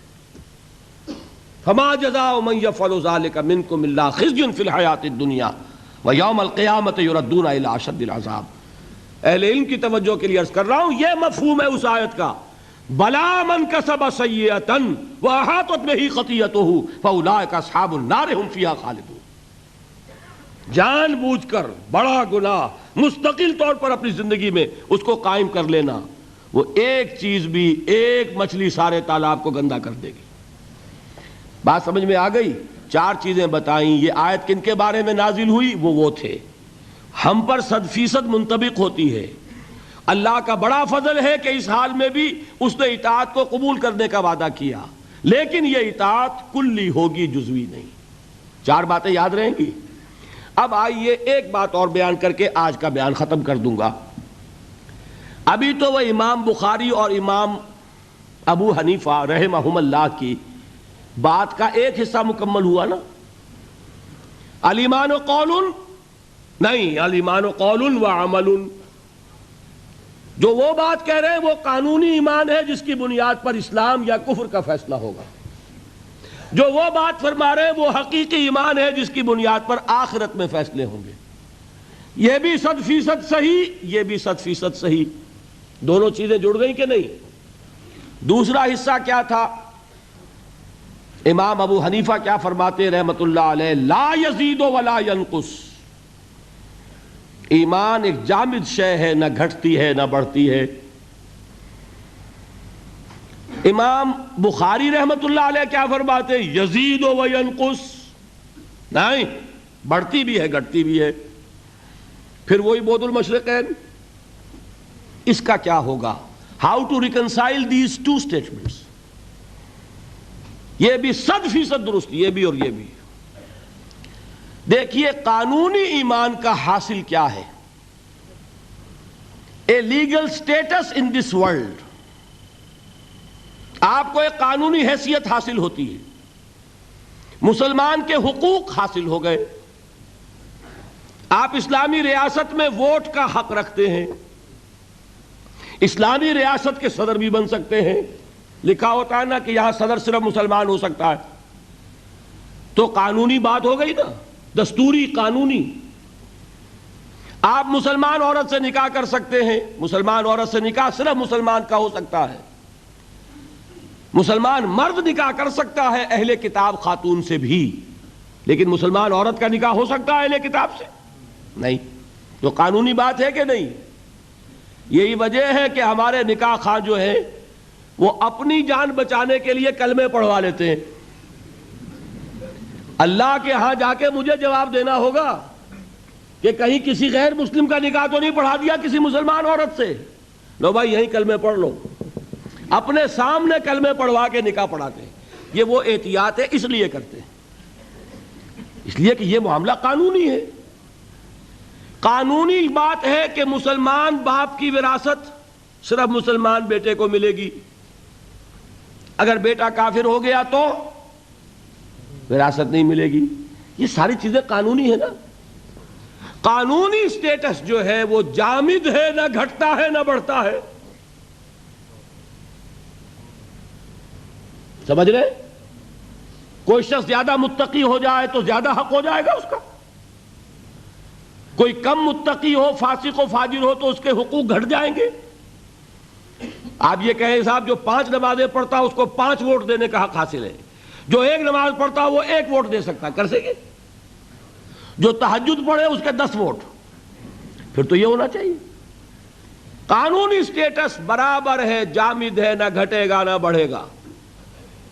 دیکھیے میں یہاں پہ آخری بات سمجھایا کرتا ہوں، اگر بالفرض ابو بکر صدیق سید المومنین اور عبداللہ ابن ابی رئیس منافقین، ایک پلس انفینٹی ایک مائنس انفینٹی، اگر یہ ایک باپ کے بیٹے ہوتے تو وراثت میں برابر حصہ ملتا ہے یا کم و بیش؟ کم و بیش برابر. ہاں تکفیر ہو جائے گی تو 0 ہو جائے گا حق. جب تک اس کو آپ نے مسلمان ایکسپٹ کیا ہے اس کا حق برابر ہے، فاسق ہو، فاجر ہو، متقی ہو، پرہیزگار ہو، قانون کے درجے میں برابر ہیں. صحیح ہے بات کہ نہیں؟ یہ بات ہے جو امام ابو حنیفہ کہہ رہے ہیں. اب بات کھلی وہ جو میں کہہ رہا ہوں، لیگل سینس جس سے اس شے کا نام ہے، اگر کوئی شے وہ ہے تو واقعہ یہ کہ اس کی معراج پر ہے امام ابو حنیفہ، چوٹی پر ہے. اور مجھے ان حضرات کی بات میں کہ ماننے میں کوئی باک نہیں ہے جو امام ابو حنیفہ کو ٹھہراتے ہیں مصداق حضور کے اس قول کا صلی اللہ علیہ وسلم. قول کیا ہے؟ جب سورہ جمعہ کی آیت اتری کہ محمد کی بعثت ہوئی ہے 2 قسم کے لوگوں کی طرف صلی اللہ علیہ وسلم. پہلے کون؟ بعث فی الامیین، اور دوسرے کون؟ وآخرین منہم لما یلحقوا بہم. ایک امیین ایک آخرین. کسی نے سوال کیا حضور یہ آخرین کون ہیں جن کی طرف آپ کی بعثت ہوئی؟ بیٹھے ہوئے تھے وہاں سلمان فارسی رضی اللہ تعالی عنہ. حضور نے اشارہ کر دیا اس کی قوم. حکمت اگر ثریا پر بھی ہوگی تو اس کی قوم کا ایک فرد لے آئے گا. ایک فرد یا کوئی فرد، دونوں ترجمے ہو سکیں گے. اگر حکمت، وزڈم، دانائی، تفقہ ثریا پر بھی ہوگی تو اس کی قوم کا ایک شخص یا کوئی شخص لے آئے گا. اس کو عام طور پر جو حنفی حضرات ہیں وہ منطبق کرتے ہیں امام ابو حنیفہ پر. وہ ایرانی النسل تھے، حضرت سلمان فارسی کے مانند، عرب نہیں تھے. باقی تینوں ائمہ عرب ہیں نسل کے اعتبار سے، امام مالک بھی، امام شافعی بھی، امام احمد ابن حنبل بھی. لیکن امام ابو حنیفہ ایرانی النسل. حضور نے سلمان فارسی کی طرف اشارہ کر کے کہا یہ آخرین میں سے ہیں، اور ان کا مقام کیا ہے کہ حکمت اگر ثریا پر بھی ہوگی تو اس شخص کی قوم کا کوئی شخص لے آئے گا. اور یہی منطبق کیا جاتا ہے امام ابو حنیفہ پر. میں یہ سمجھتا ہوں کہ واقعتاً جو گہرا قانونی فہم اللہ تعالیٰ نے عطا فرمایا امام ابو حنیفہ کو، مجھے اس کا کوئی پیرلل نظر نہیں آتا. بہرحال یہ مفہوم معین ہو گیا لا یزید ولا ینقص کا. قانونی ایمان نہ گھٹتا ہے نہ بڑھتا ہے، برابر رہتا ہے، اس لیے کہ اس کے نتیجے میں قانونی سٹیٹس حاصل ہوتا ہے، لیگل سٹیٹس حاصل ہوتا ہے، قانونی حقوق حاصل ہوتے ہیں. یہ حقوق جامد ہیں، نہ گھٹیں گے نہ بڑھیں گے. اس کے برعکس وہ ایمان حقیقی کون شخص کہہ سکتا ہے کہ وہ گھٹتا نہیں اور بڑھتا نہیں؟ کوئی کہہ سکتا؟ قرآن کہہ رہا ہو زادتہم ایمانا و تسلیما وما زادہم الا ایمانا و تسلیما لیزدادوا ایمانا مع ایمانہم، تاکہ اضافہ ہو ان کے ایمانوں میں اور ایمان کا. غزوہ احزاب میں جو لوگ ثابت قدم رہے وما زادتہم الا ایمانا و تسلیما، ان کے اس صبر نے، ثبات نے، استقلال نے ان کے ایمان اور ان کی تسلیم و رضا کی کیفیت میں اضافہ کر دیا۔ تو ایمان کا اضافہ یہ تو قرآن سے ثابت، اور آپ کا تجربہ نہیں ہے۔ کسی صاحب یقین کے پاس بیٹھیں اگر صحبت میں کچھ لمحے، تو آپ کو اپنے اندر بھی کچھ حرارت بڑھتی نظر آئے گی کہ نہیں ایمان کی؟ حضور نے فرمایا کون ہے اللہ کے ولی، کون ہے دوست اللہ کے؟ اذا رؤوا ذکر اللہ، جب انہیں دیکھا جائے اللہ یاد آ جائے۔ ایسے لوگ ہیں، ان کی صحبت میں بیٹھیں گے، دین کی طرف لگن بڑھے گی، دین کا جذبہ بڑھے گا۔ یہ کیا ہے؟ یہ ایمان ہے۔ اور آوارہ اور بدقماش اور فحش گو اور لطیفہ گو اور یاوہ گو قسم کے لوگوں کے پاس بیٹھیں گے، ایمان گھٹے گا کہ نہیں؟ سیدھی بات ہے۔ قرآن پڑھیں گے ایمان بڑھے گا، فحش ناول پڑھیں گے ایمان گھٹے گا۔ یہ ایمان تو وہ شے ہے، دیکھیے قلب کو کہتے ہی قلب اس لیے ہے، اسے کسی حالت پر قرار ہی نہیں۔ قلب کے کیا معنی؟ بدلنا، قلب ماہیت، کیفیت بدل گئی، انقلاب، نظام بدل جانا۔ یہ قلب جو ہے یہ ٹکتا ہی نہیں۔ اس کے لیے تو فرمایا جو ہے اقبال نے شعر کہ ثبات ایک تغیر کو ہے زمانے میں، سکون محال ہے قدرت کے کارخانے میں۔ یہ بات 100% درست ہے تو دل کے لیے صحیح ہے۔ آپ کے جسم کے ہر حصے کے لیے آرام ہے، لیکن دل کے لیے آرام، دل کے لیے آرام کا مطلب موت۔ چند منٹ کا آرام کرے گا تو چھٹی۔ آپ کا دماغ آرام کرتا ہے، آپ کے گردے آرام کرتے ہیں، آپ کا معدہ آرام کرتا ہے، ہر جسم کے عضو کے لیے آرام ہے۔ آپ کا دماغ آرام کرتا ہے جب تک کہ آپ خواب نہیں دیکھ رہے۔ جب آپ سوئے ہوئے خواب دیکھ رہے ہوں، اب صرف جسم آرام کر رہا ہے، دماغ آرام نہیں کر رہا۔ اس نے چکی پیسنی شروع کر دی ہے اپنی، اس لیے کہ اسے جتنا آرام چاہیے تھا وہ لے چکا۔ اب خام خواہ آپ پڑے ہوئے، آپ پڑے رہے، وہ اپنا کام شروع کر دے گا۔ تو دماغ جو ہے وہ بھی آرام چاہتا ہے۔ آپ کے اعضاء کو، آپ کے مسلز کو، ہر شے کو آرام کی ضرورت ہے سوائے دل کے۔ اس لیے کہ دل کے آرام کا مطلب موت۔ اس کو چین نہیں، اس کو قرار نہیں۔ یہ گھٹے گا یا بڑھے گا، ادھر جائے گا یا ادھر جائے گا۔ اور جو قلبی ایمان ہے اسے کیسے قرار ہو جائے گا؟ وہ یا گھٹے گا یا بڑھے گا، ہر لحظہ یا بڑھ رہا ہے یا گھٹ رہا ہے۔ اسی لیے حضور نے فرمایا جس شخص کے 2 دن برابر ہو گئے وہ بڑے گھاٹے میں رہا۔ آج جتنا ایمان ہے کل بھی اتنا ہی رہا تو گھاٹا ہو گیا نا۔ اس لیے کہ یہ دن اللہ نے جو اور دیا تھا اس لیے دیا تھا کہ اور ایمان بڑھتا۔ نہیں بڑھا تو یہ نہیں کہیں گے کہ نفع نہیں ہوا، نہیں نقصان ہو گیا۔ یہ دن تو ضائع ہوا نا، اس دن میں جو اضافہ ہونا چاہیے تھا وہ اضافہ نہیں ہوا۔ یہ دن جو ضائع گیا یہ گھاٹا ہے۔ جس شخص کے 2 دن مساوی ہیں وہ گھاٹے میں ہے۔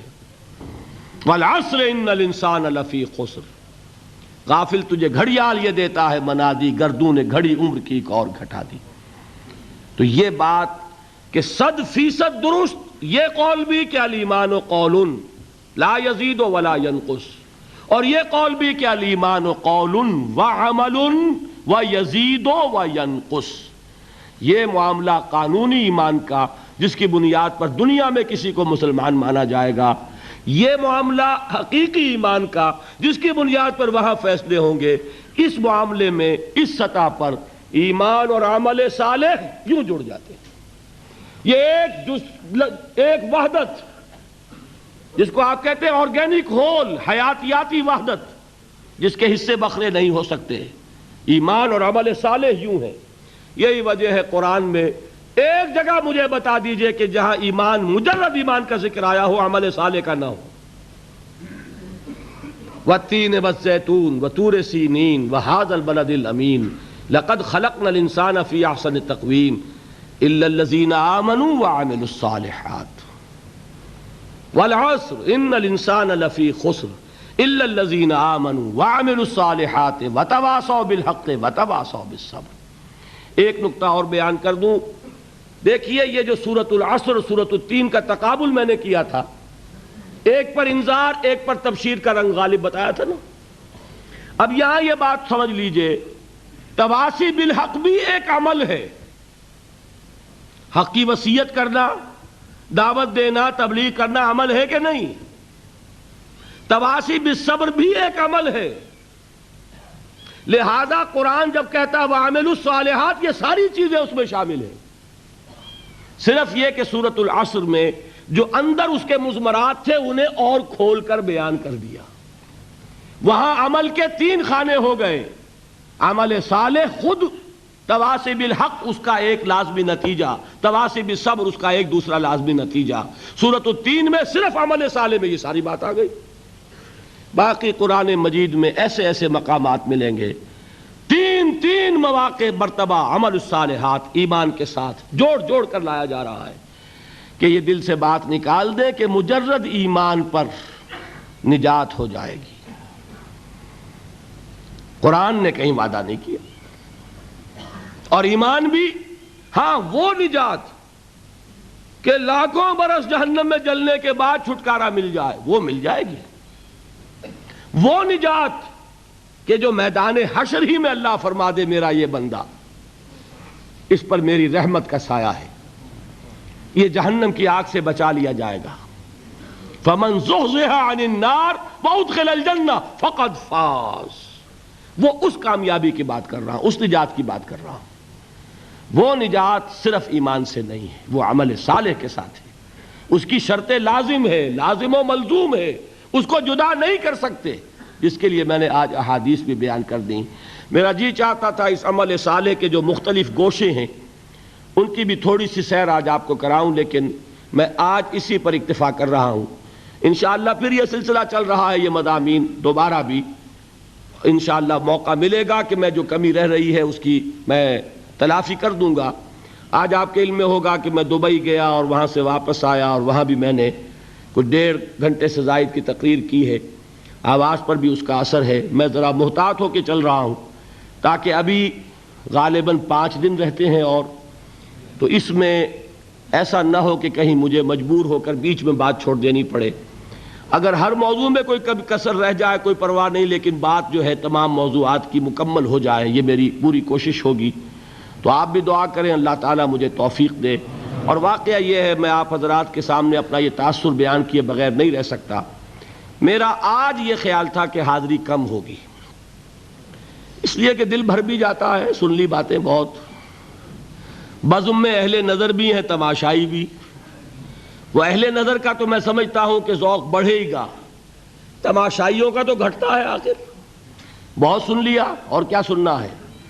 پھر یہ بھی خیال تھا کہ کل تو جمعرات کی وہ تھی اور جمعہ کی شب تھی، جمعہ آنے والا تھا، چھٹی کا دن تھا، کل تو آپ کا ورکنگ ڈے ہے، آپ کو کام کرنا ہے۔ اس کے باوجود میں نے جو آپ کے ذوق و شوق کا عالم دیکھا ہے، میں اسے ایک مبارک فعل سمجھتا ہوں، نیک فعل ہے، یہ علامت ہے ہوا کے رخ کی۔ ہوا کا رخ جو ہے وہ آپ کو معلوم ہے، تھوڑی سی مٹی آپ لے کر، ریت لے کر اس کو ذرا چھوڑتے ہیں، پتہ چل جاتا ہوا ادھر چل رہی ہے یا ادھر۔ وہ معمولی جو ہے ایک چٹکی خاک کی بتاتی ہے کہ ہوا کا رخ کیا ہے۔ یہ چیز جو ہے یہ بھی ہمارے لیے ایک امید افزا بات ہے۔ کوئی کہانیاں نہیں ہیں، کوئی قصے نہیں ہیں، کوئی لوگوں کو گالیاں نہیں دی جا رہی، کوئی فرقے وارانہ بات نہیں ہو رہی، جمع کرنے کی کوشش ہو رہی ہے۔ امام ابو حنیفہ، امام بخاری، اگر ان کی باتوں میں کوئی اختلاف نظر آ رہا ہے تو کہاں جڑتی ہیں جا کر، یہ بات بتائی جا رہی ہے۔ دلچسپی ہوتی ہے اختلافی معاملات سے، نور و بشر کا جھگڑا ہو، وہ نور والے بھی آ جائیں گے، بشر والے بھی آ جائیں گے، ظاہر بات ہے کہ وہ تو جھگڑے والی بات ہے۔ یہاں کوئی بات ایسی نہیں۔ اگر اس میں بھی آپ کی یہ دلچسپی ہے تو میں سمجھتا ہوں کہ یہ ایک نیک فعل ہے، اچھی امید افزا صورت ہے۔ اللہ تعالی ہمارے اس شوق اور ذوق کو برقرار رکھے، اور اللہ تعالی مجھے ہمت دیے رکھے کہ جس خدمت کا ارادہ لے کر یہاں آیا ہوں میں اسے پایہ تکمیل تک پہنچا سکوں۔ اقول قولی ھذا واستغفر اللہ لی ولکم ولسائر المسلمین والمسلمات۔ اظہار حیدر صاحب آپ کے یہاں کی ایک جانی پہچانی شخصیت ہیں، پچھلے 3 دن وہ آتے بھی رہے ہیں، پہلے ہی رو میں ہوتے تھے۔ اس نیشنل سینٹر سے ان کا، پاکستان سینٹر سے ان کا تعلق بہت گہرا رہا ہے۔ وہ کہیں آج بیمار پڑ گئے ہیں اور غالباً کوئی ہارٹ اٹیک کا مسئلہ ہے، ان کے لیے ذرا آپ لوگ دعا کیجئے۔ اللہم اشف لہ ورحمہ، اللہم اشف لہ ورحمہ، اللہم اشف لہ ورحمہ، یا شافی الامراض لا شفاء الا شفاؤک فاشف لہ، آمین یا رب العالمین۔